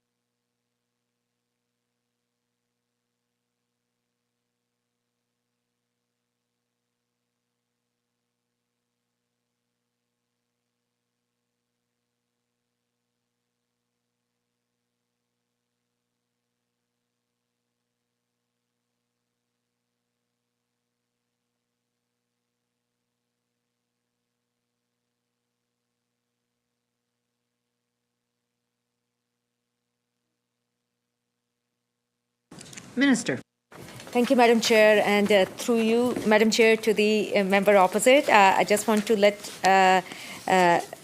want them to know that the government is providing operating grants to school districts for the 2022-23 school year that total an estimated $5.876 billion. In addition, more than $679 million is provided in special purposes grants such as classroom enhancement funding and community link. And we also know the ministry is aware that 89% of the school budgets are wages, and we are funding. We know that we just had a collective agreement negotiation just a few months ago. So this budget is also providing funding for that. Along with that, you mentioned a really good point, Madam Chair. The member made a very important point about the inflation, and we know that how global inflation is impacting everybody and the families and the students who go to schools, and we know that how important it is for the students to how food is so important in students' learning, and that's why this year's budget also includes an investment of $212 million, Madam Chair, that will be going to the school food program, and it is. I'm really happy to say that it is a 3-year program. It is like we want to provide some kind of consistency to that program. So it is going to be a 3-year program that would be providing school meals to all the school districts across the province. Member. Yeah, thank you, and thank you to the minister. And I was too eager to point out the nuance. I should have started, Minister, by congratulating you on your appointment. I know we've spent quite a bit of time in this room, actually, in committee together, and so when I saw your appointment, I was very happy. Now I have to go back to asking questions. So I'm sorry.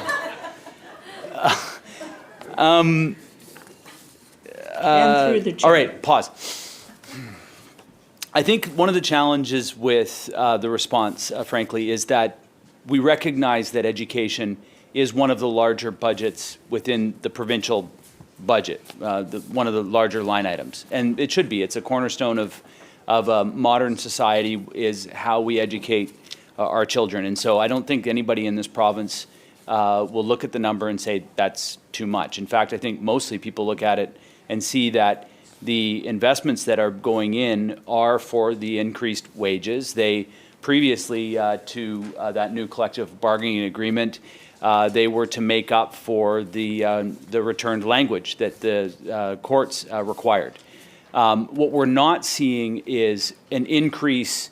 We're not seeing the increases because education is that priority that it should be. We're seeing because we've got a new collective bargaining agreement for teachers, so that looks like there's a much larger increase than actually is going in. It's going to the same people that are already there, right? The returned language is going to the same people that are already there. It's not going to increase the technology accessibility for our students, upgrading computers, making sure that our students have good quality technology in their schools, making sure that they've got good quality materials to learn from, updated materials, so that they're not learning from the outdated materials that I learned from, because it didn't do me any good, and it's so I think that the challenge that we're facing here in the coming weeks is pressure on school boards, and it will be parents looking at school boards who are trying to get the same out of funds that are not increasing. It looks like the budget went up because we're giving more money to the same people that are already there, but it hasn't improved the position of education overall to the level that I think that British Columbians expect for our public education system. When it comes to the response with respect to food, that absolutely, my daughter, the school that she goes to has a food program, and that has lifted a lot of kids into a better place for learning. But it does not address the fuel for the buses, the cost of heating, the ability for schools to maintain high-level filters in their HVAC systems. They've now all gone back to basically the old filters that were there prior to COVID, even though COVID still is in the environment. So I think it's just important to note that when our school districts are going to be having these very difficult conversations about what's being cut, it's because this government hasn't prioritized education, public education, to the level that it should. And so what does the minister say to all of those school board trustees that are going to have to be facing the public, the parents in their schools, and say, we just don't have the resources because the province has not provided the resources to deal with not only a better and improved school system, but also the increased inflationary pressures that have hit us very, very hard in the last 18 months.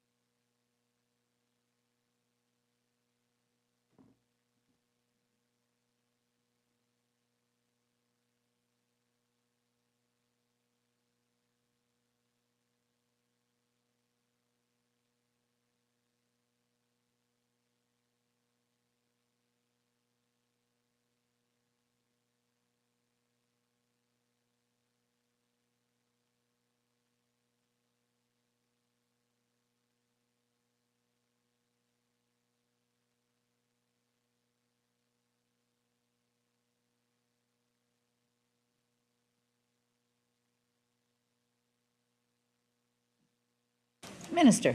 Yeah, thank you, Madam Chair, and to the member opposite. Just want to let them know that it's the locally elected boards of education.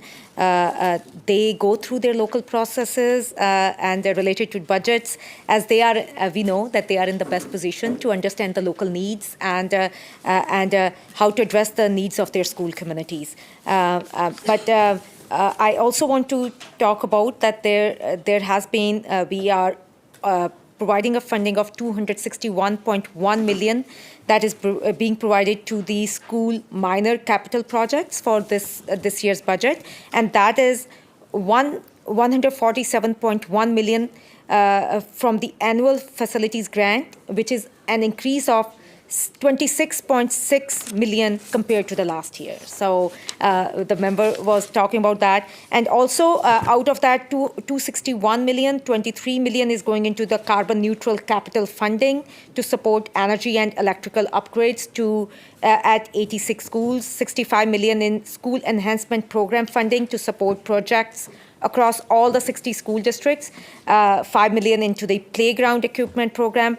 13 million will also go towards the purchase of at least 67 new school buses, which is also very important, and also 8 million in building envelope program funding to support building remediation projects. But I also want to reiterate again that the majority of the budget is going to the wages for the school budgets, and we are providing that in our funding. Member.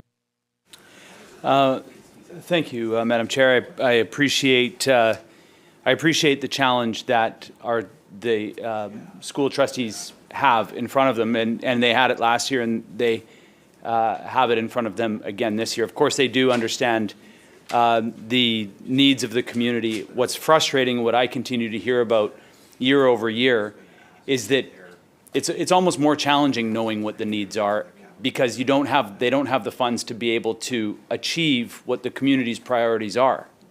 So they're going back to the school, or they're going back to the school population, to their parents, to the kids, and say, and to the staff, and saying, we don't have what we need. The funding, it's not a business. There's nothing to sell. There's nothing to market. The money comes from the provincial government, and if there's not enough to achieve even the basic needs that need to be achieved, if there's not enough to make up for the inflationary pressures that have hit schools, then they're in the position where they have the unfortunate knowledge of what's needed and also being forced to make a decision to cut. And that's the situation that these school districts are facing and that we're going to be hearing about. And it's important to raise this issue here and now, because British Columbians need to know that when those decisions about those local priorities are being made, it will be the magnifying glass will be on our school trustees, but they can only make decisions with the money that they have. And they've been saying consistently the unfunded inflationary pressures are going to put us in an unfortunate situation. And I think we need to understand where that responsibility lies. Yes, it lies at their feet to make the decision, but it doesn't lie at their feet to generate more money. They simply can't do that, other than maybe bring in more international students. But for schools that are full, that's not an option. One question to the minister around school boats, and this is a question that I've raised several times with the ministry over the past number of years, because I represent the Gulf Islands, and School District 64 has a very, very costly school boat program, and they hire water taxis to bring students and move them around in the morning, and to bring and move teachers and administrators around the Gulf Islands as well. This program has never been funded to the level that it's required. It is constantly taxing School District 64. I recognize that in the past, School District 64 might have had some financial challenges that needed to be resolved. Those have been resolved.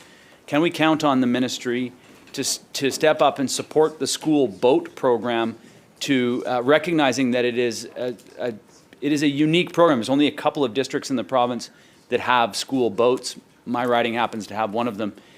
Can School District 64 expect to see better support from the provincial government in this budget?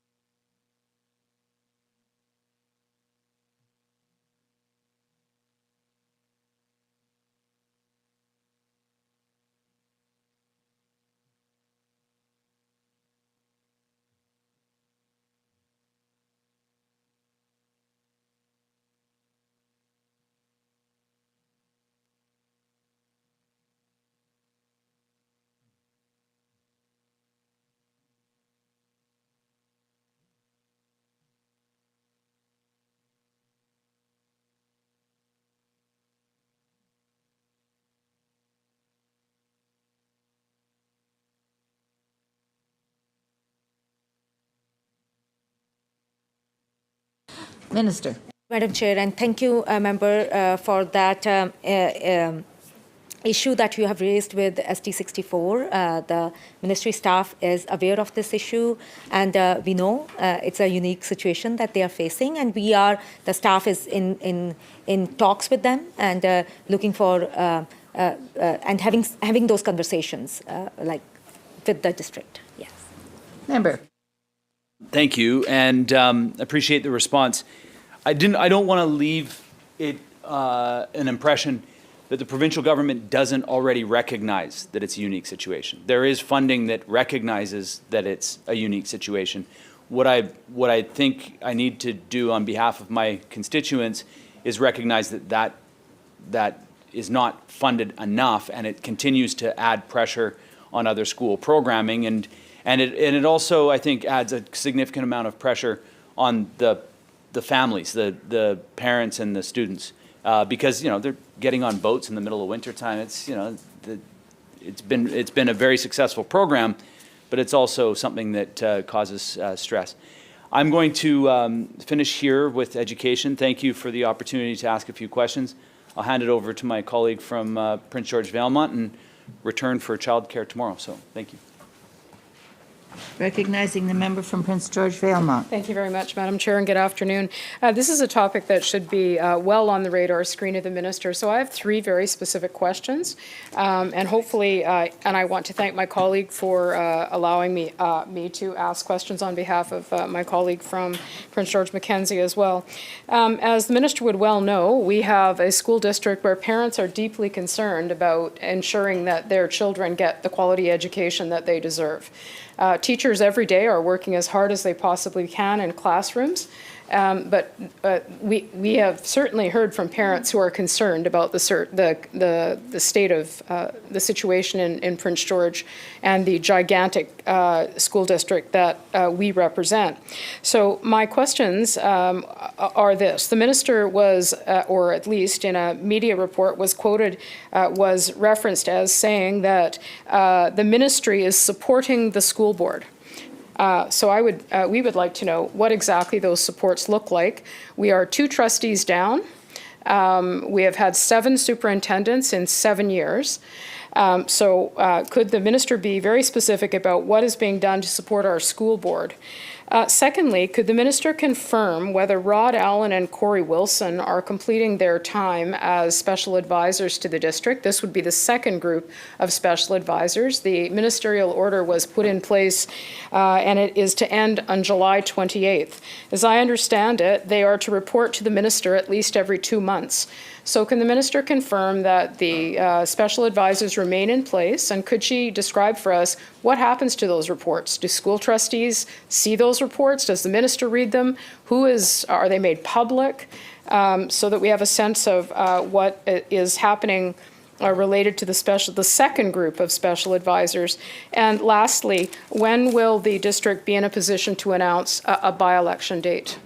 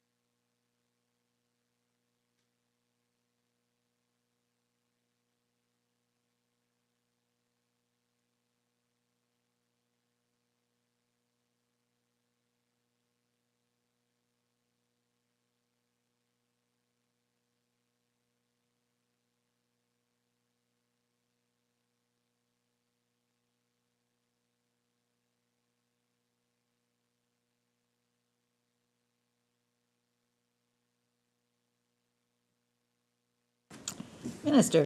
Madam Chair, and to the member opposite's question, that our ministry's focus is supporting the Prince George Board of Education, SD 57, to ensure all students and staff in the district have safe and supportive and stable learning environment, and we are monitoring the situation in the district. The boards of education are elected local bodies and accountable to their communities and their constituents, including parents and students. But we are also working very, very closely with the BCSTA, who supports locally elected school boards. The ministry is supporting the superintendent and district team at SD 57. On the question of the special advisors, as the member opposite mentioned, they are required to submit reports every 2 months, and they have been submitting their reports to me. The advisors also work very closely with the board and the district team, and they stay in place for the length of their term. For the vacancies that have come up at SD 57, the board is required to appoint a chief electoral officer within 30 days, and the election will happen within 80 days. Member. Thank you for that. The response the minister gave is exactly the quote that was in the news release. So what I would hope for is actually some very specifics, details. I'm not going to ask for them today because obviously my colleagues are lined up here. But that was the wording used in a press release, and that really gives very little comfort to the people of Prince George supporting to make sure that we have a safe and whatever the quote was. Of course, we want to make sure the ministry is monitoring that. Parents expect that their children have the opportunity to have a top-notch education. Teachers are doing their very best. I will leave it at that in terms of that, but I'm hopeful that at some point the minister could provide my colleague and I with exactly what is being done to support the school district, rather than simply the words that were already uttered in a press release.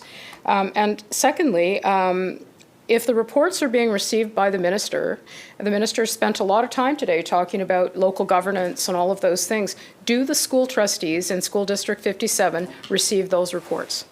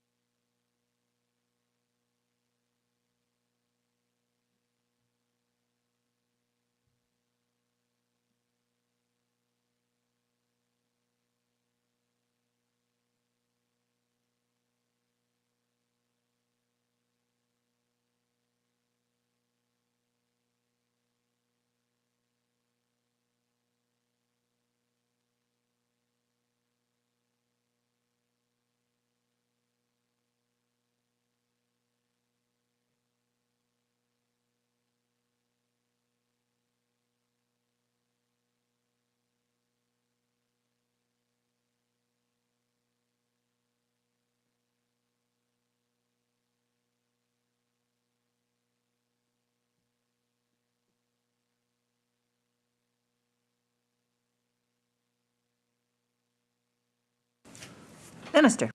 Thank you, Madam Chair. The reports that are submitted, they are not, they are confidential in nature, but because sometimes they include some confidential information about the personnel. But as I mentioned before, that the special advisors are working very, very closely with the school boards and the superintendent as well. So the information that they have, the lot of information that they provide me in the report, that is also shared with the school district and their team. Recognizing the member from West Vancouver, Sea to Sky. Thank you, Chair. The minister will likely be familiar with my comments of previously around population growth in the Sea to Sky. And we've seen dramatic increases in population over this last census period, with Pemberton growing 32%, Whistler 18%, Squamish 22%, and there's no reason to expect that we'll see a decrease in that growth. If anything, I think we're going to see an acceleration of growth in the Sea to Sky as there's there's units being built and many people moving there and out of the city. The demographic is about 37 years old, right up and down the corridor. So I think the minister probably appreciates what that means to the school system, and we're seeing evidence of that certainly at Squamish General in terms of obstetrics, which is going through the roof. The Housetown School District, or Sea to Sky School District, District 48, has had a number one priority in the region of an upgrade of Housetown Secondary School since at least 2018. The objective is a seismic upgrade, and the school is built on an alluvial soils on a floodplain, subject to liquefaction. So I think the seismic upgrade of that school is a critical component, or a critical intervention potentially for the region. And we're seeing that growth. So there is, the schools in Squamish in particular are quite full, and the goal, the double goal for Housetown Secondary is to also put in place some middle school grades into Housetown Secondary, along with at the same time as the seismic upgrade, which makes a lot of sense. So this will alleviate the need to build a whole separate school in another location.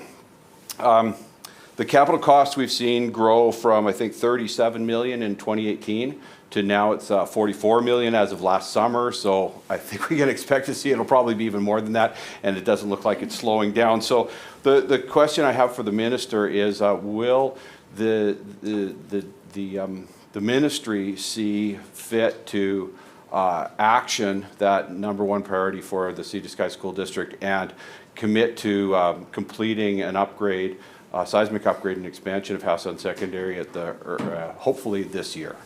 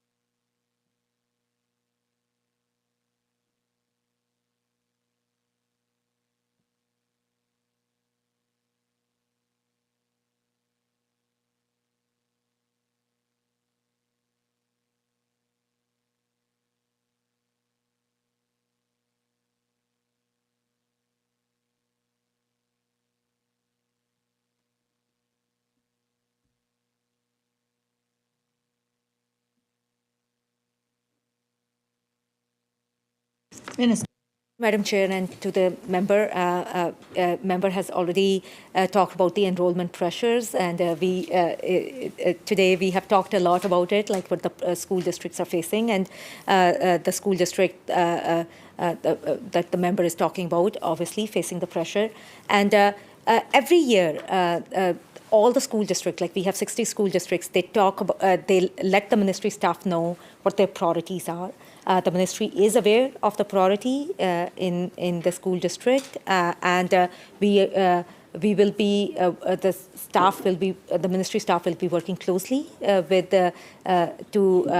to understand the level of that the need of the school district, and but I just wanted to let the member opposite know that we are aware of the priority that you have talked about, and the ministry of the staff will be working with the school district. Recognizing the member from West Vancouver, Capilano. Thank you, Madam Chair. I was hoping to move the conversation now in the questions to childcare. So I'm wondering if I can suggest perhaps a break while the minister and staff are able to change over, if that is okay. We will take a 2-minute recess since the minister's state is just down the road here.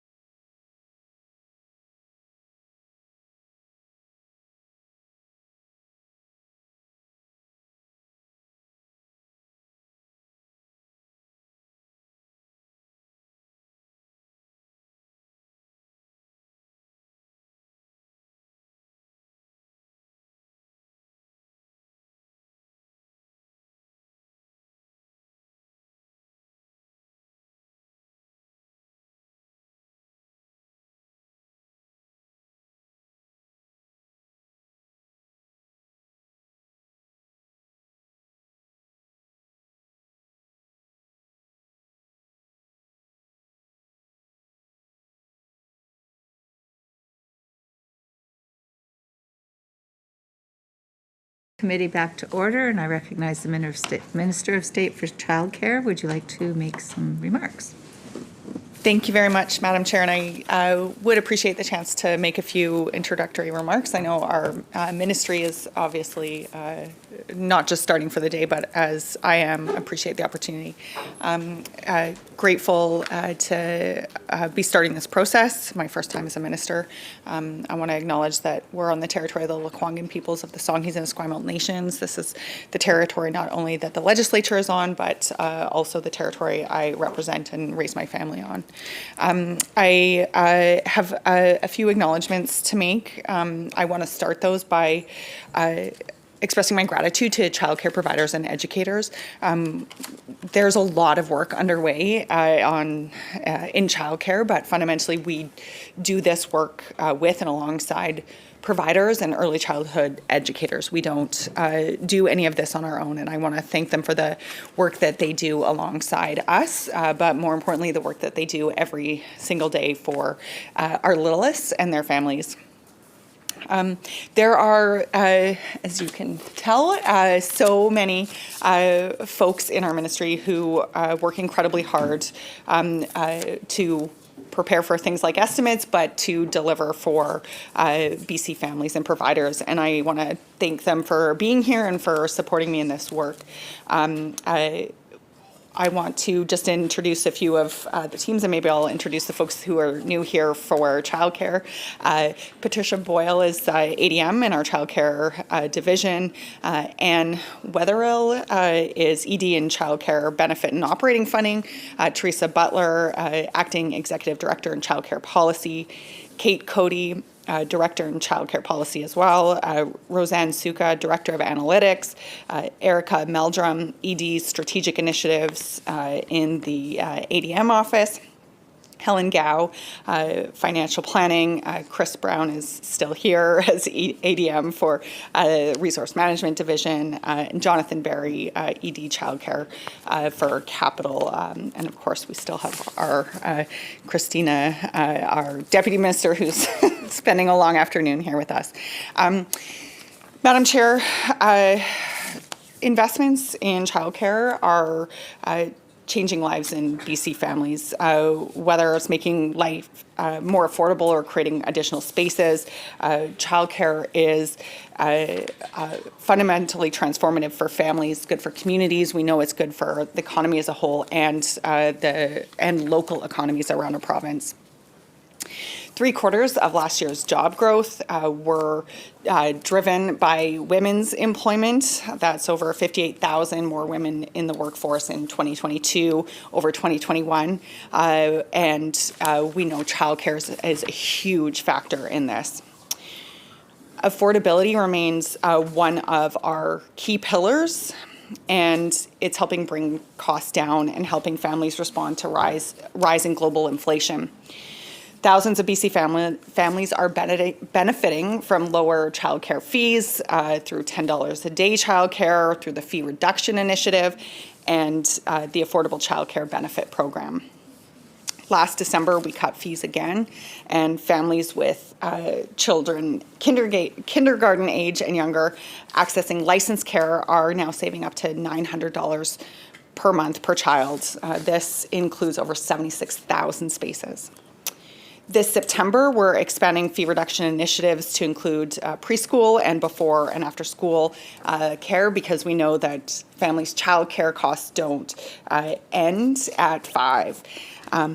And this is a made in BC solution, one that we're really proud of. It goes beyond our work with our federal partners because fundamentally we recognize the needs of families beyond 5. We are working in close partnership with our federal partners, and through that partnership, we've expanded the $10 a day Childcare BC program to 12,700 spaces. I have heard from so many families who are accessing these spaces how life-changing it is, whether it's a parent going back to school, increased security in housing, paying off student loans. I've talked to a parent who says how fundamental that access to that care was for saving, being able to keep her kid with her. We know also that increasing access is incredibly important, and we've been working to increase space creation, more than 30,000 spaces.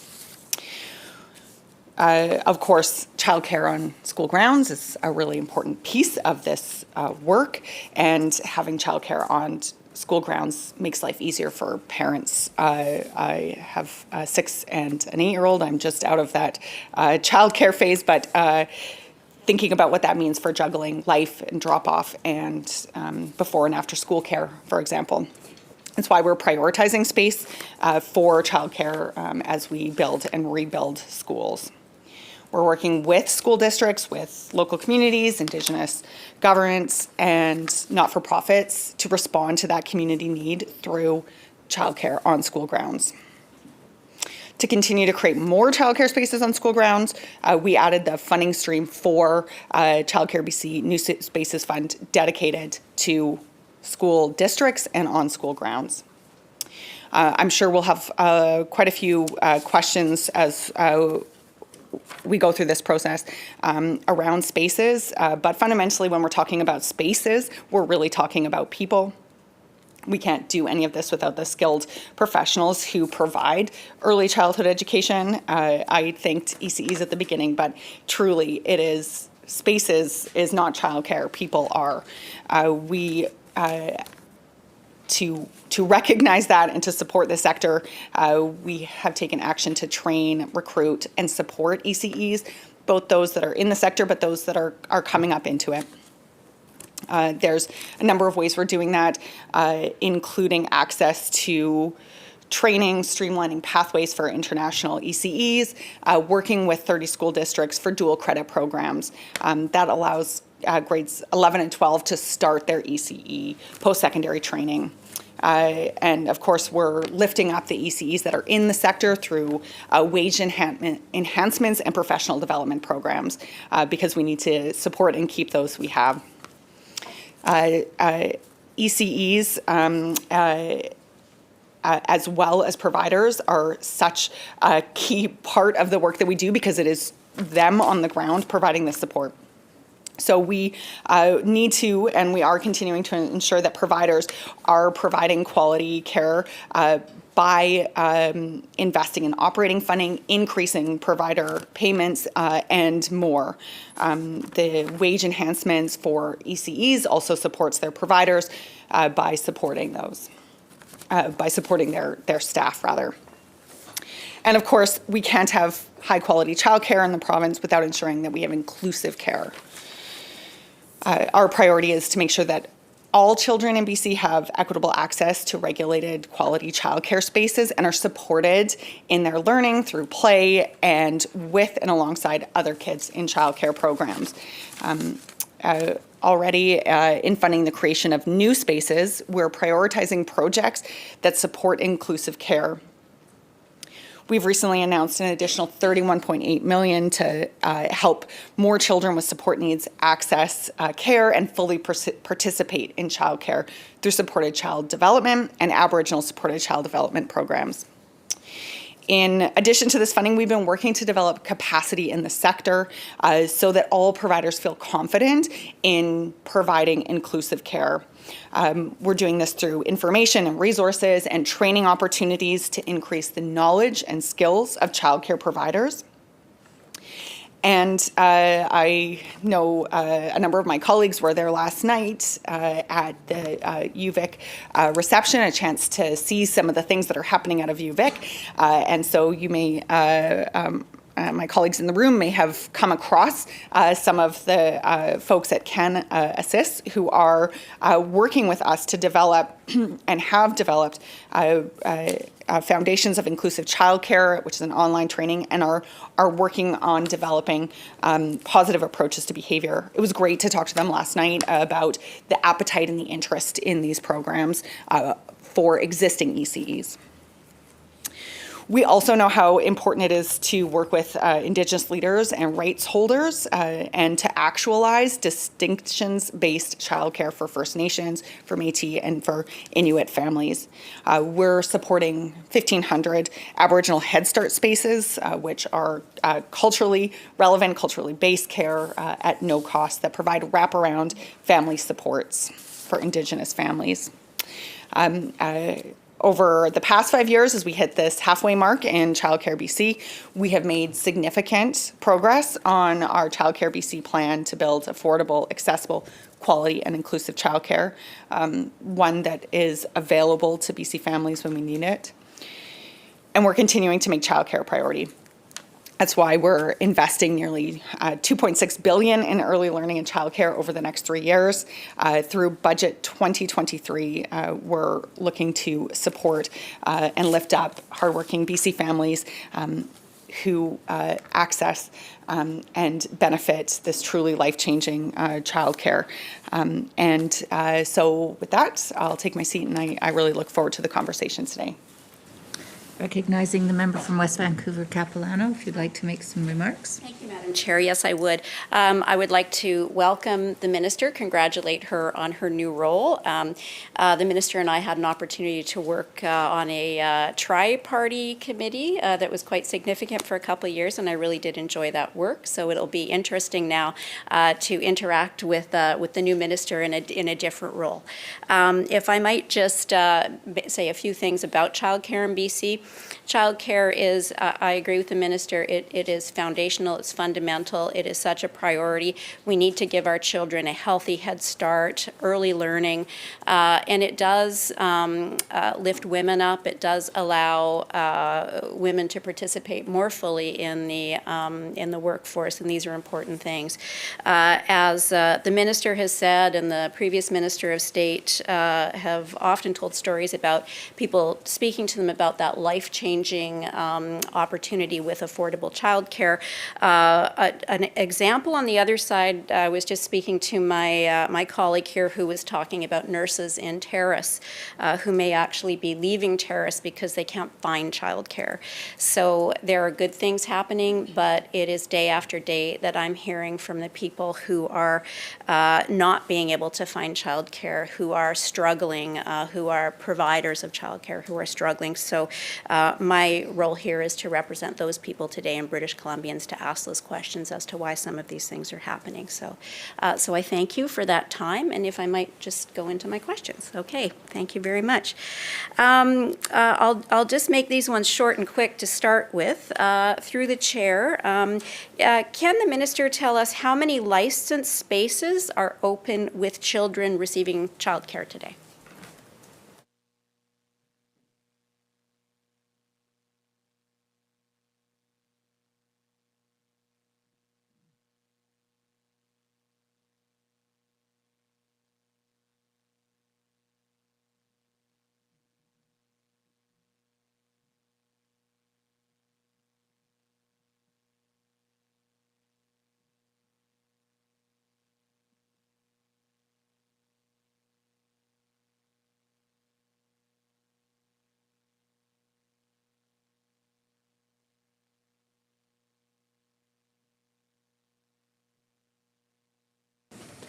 Minister. Thank you, Madam Chair, and thanks for the starting question here. There are 138,000 licensed childcare spaces that are receiving funding through the operating funding, and that number is to December 31st. Member. Thank you to the minister, and I was remiss in thanking all her staff as well. I just want to make sure I say that. Through the chair to the minister, did the government actually have 12,500 spaces at $10 a day open by the end of February?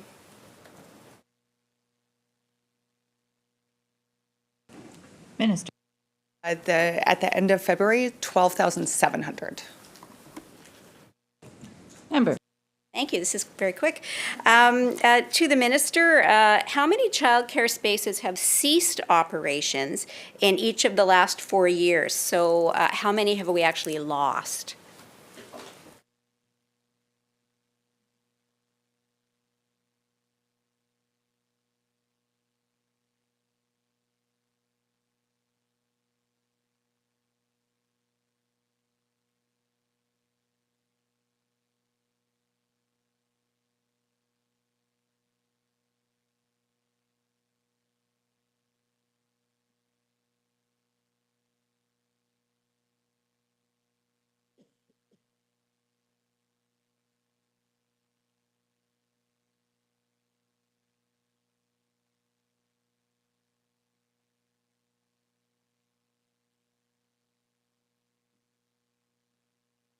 Minister.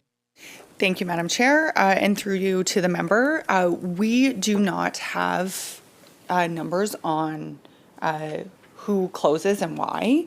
There's a whole number of reasons why a childcare facility may cease to operate.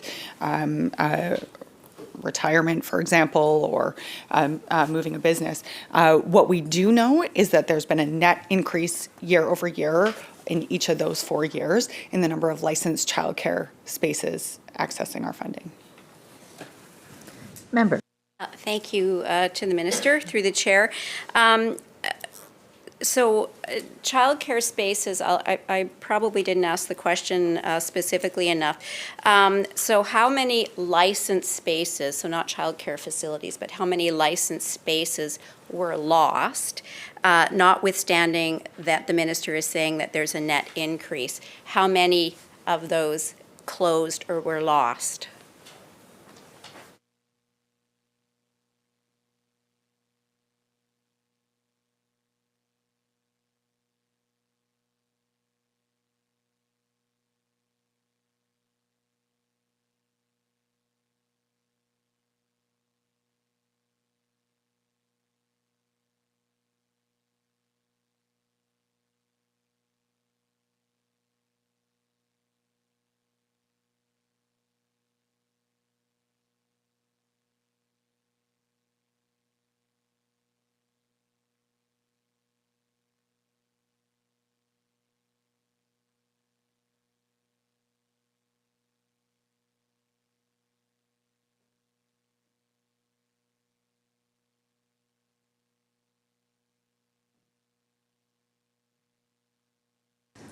Minister.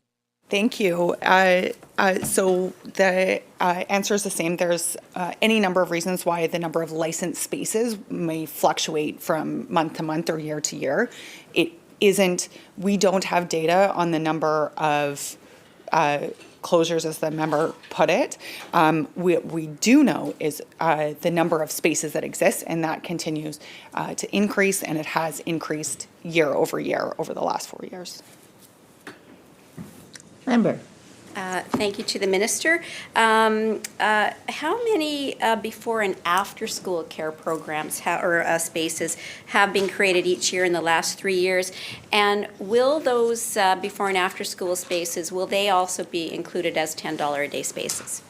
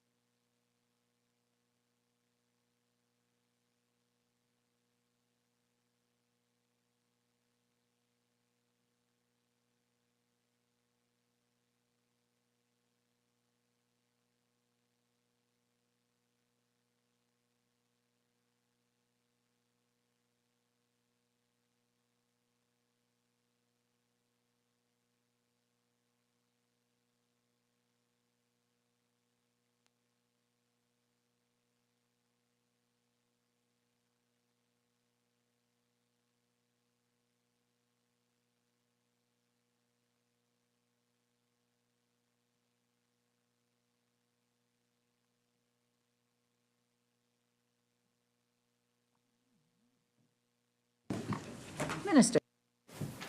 Thank you, Madam Chair. And there were a couple factors to that question. So I'll start with the number of before and after school spaces over the last 3 years. So it has increased over the last 3 years by 4,042 spaces.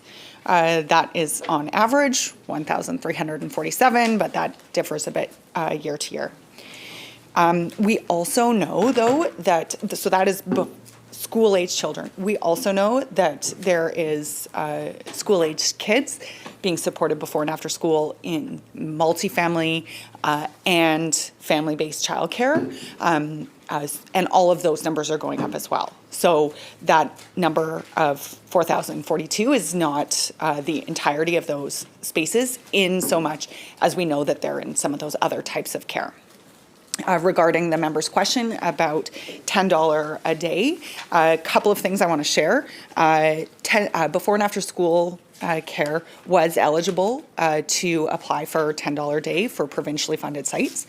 And that is because we know that childcare doesn't end at 5. It doesn't end for families. That need for kids for that interaction doesn't end at 5. With federal dollars, we needed to prioritize 0 to 5, but we negotiated with our federal partners to be able to also support before and after school care at $10 a day. So in those sites that are $10 a day that have before and after school care, those spaces are also $10 a day. Member. Thank you to the minister for that question. I want to go back to one of the first questions here in terms of how many licensed spaces are there. Now, off the top of my head, when I was speaking to the Minister of State last year, my understanding that there were, and I'll check my notes here this evening, there were approximately 136 or 137,000 licensed childcare spaces. Can the minister just confirm with me then, how many net new licensed spaces have there been since last year?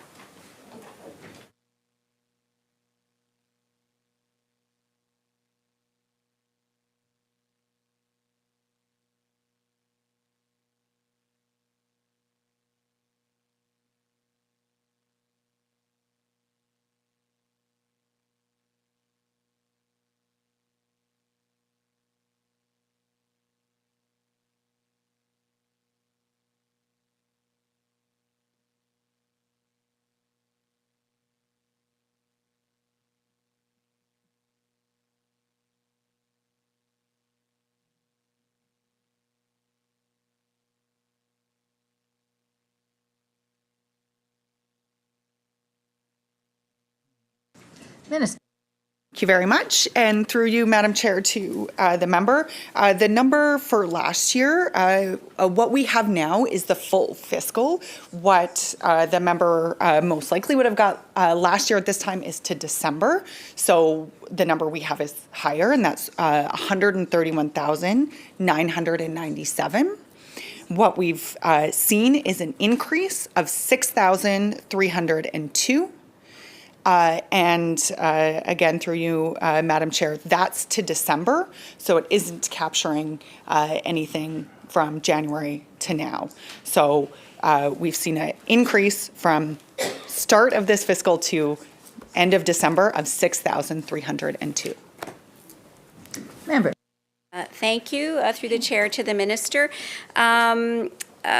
Those numbers are again, a little confusing to me. So can I just clarify that these aren't, we're not talking about funded licensed childcare. We're talking about actually open and operating childcare spaces.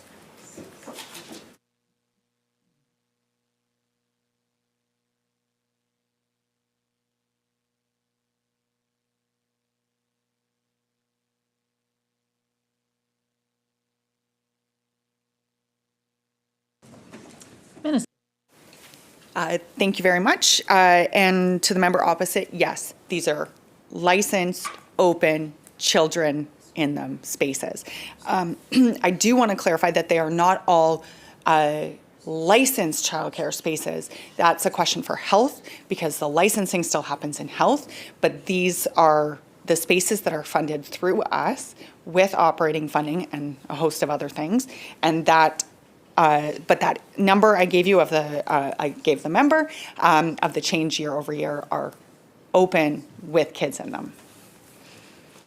Member. Thank you to the minister. Oh my gosh, now so many questions from that answer. The numbers that we were speaking about last year with the minister's state, we were focused on the licensed childcare spaces. So I just want to clarify my understanding of the answer. So we understood, and again, I've got to double check this number, but let's say, for the sake of the conversation, there were 131,997 spaces, as you said. Those were licensed childcare spaces. So if we're going to compare apples to apples, I just want to make sure that the 6,302 increase, we are also talking about licensed, because I heard the minister say some weren't licensed, some were perhaps the registered unlicensed or licensed required. So those are those are actual licensed spaces that we're talking about. Member. Minister. That's fine. I sometimes forget myself. I'm just kidding. Yes, to the member, those are apples to apples, licensed spaces operating with kids in them that are receiving our operating funding. The 131,997 and the increase of 6,302 is apples to apples. Member. Thank you for that clarification. How many accessible spaces have been created in each of the last 3 years? And of those, how many of those accessible spaces are $10 a day?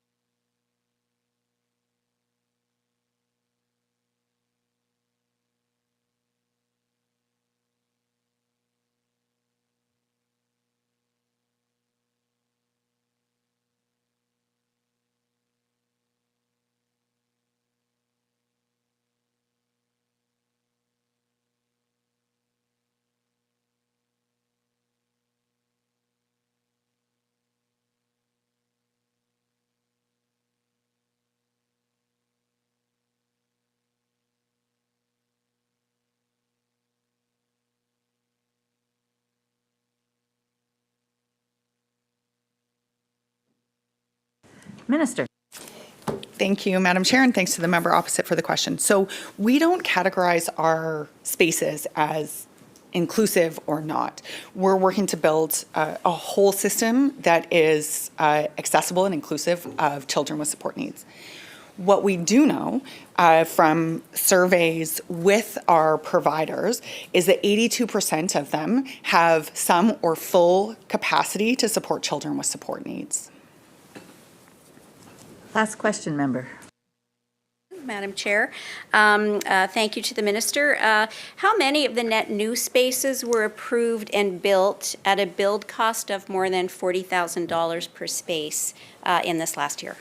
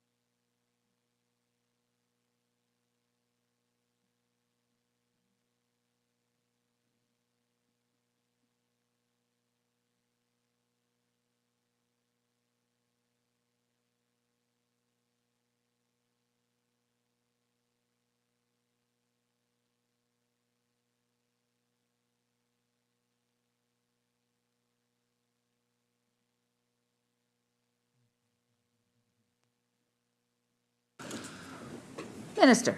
Thank you, Madam Chair. I've got a clarifying question and recognize that might pose some challenges to the timeframe here. I'm looking to hear from the member whether she's asking about that 6,302 new spaces of that, or is she referring specifically to those funded with new spaces funding? Member. That was a very good question from the minister that I'll clarify. It is with the new spaces funding.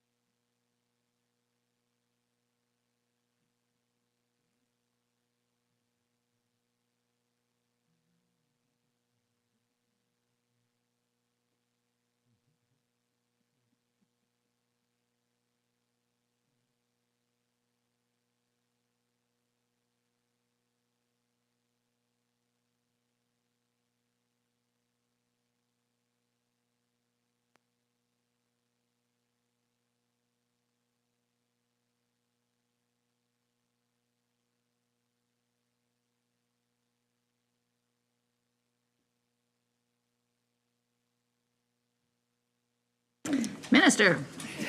Thank you, Madam Chair, and I suspect we're going to return to this question tomorrow. Maybe as a preliminary answer to the question today, and we can come back into the details if the member wants more. In terms of new spaces funding, up to March 17th, there were 2,437 spaces funded through the new spaces funding. Noting the hour. Noting the hour. Honourable Chair, I move that the committee rise and report progress and ask leave to sit again. The question is that the committee rise, report progress, and seek leave to sit again. Those in favour? Aye.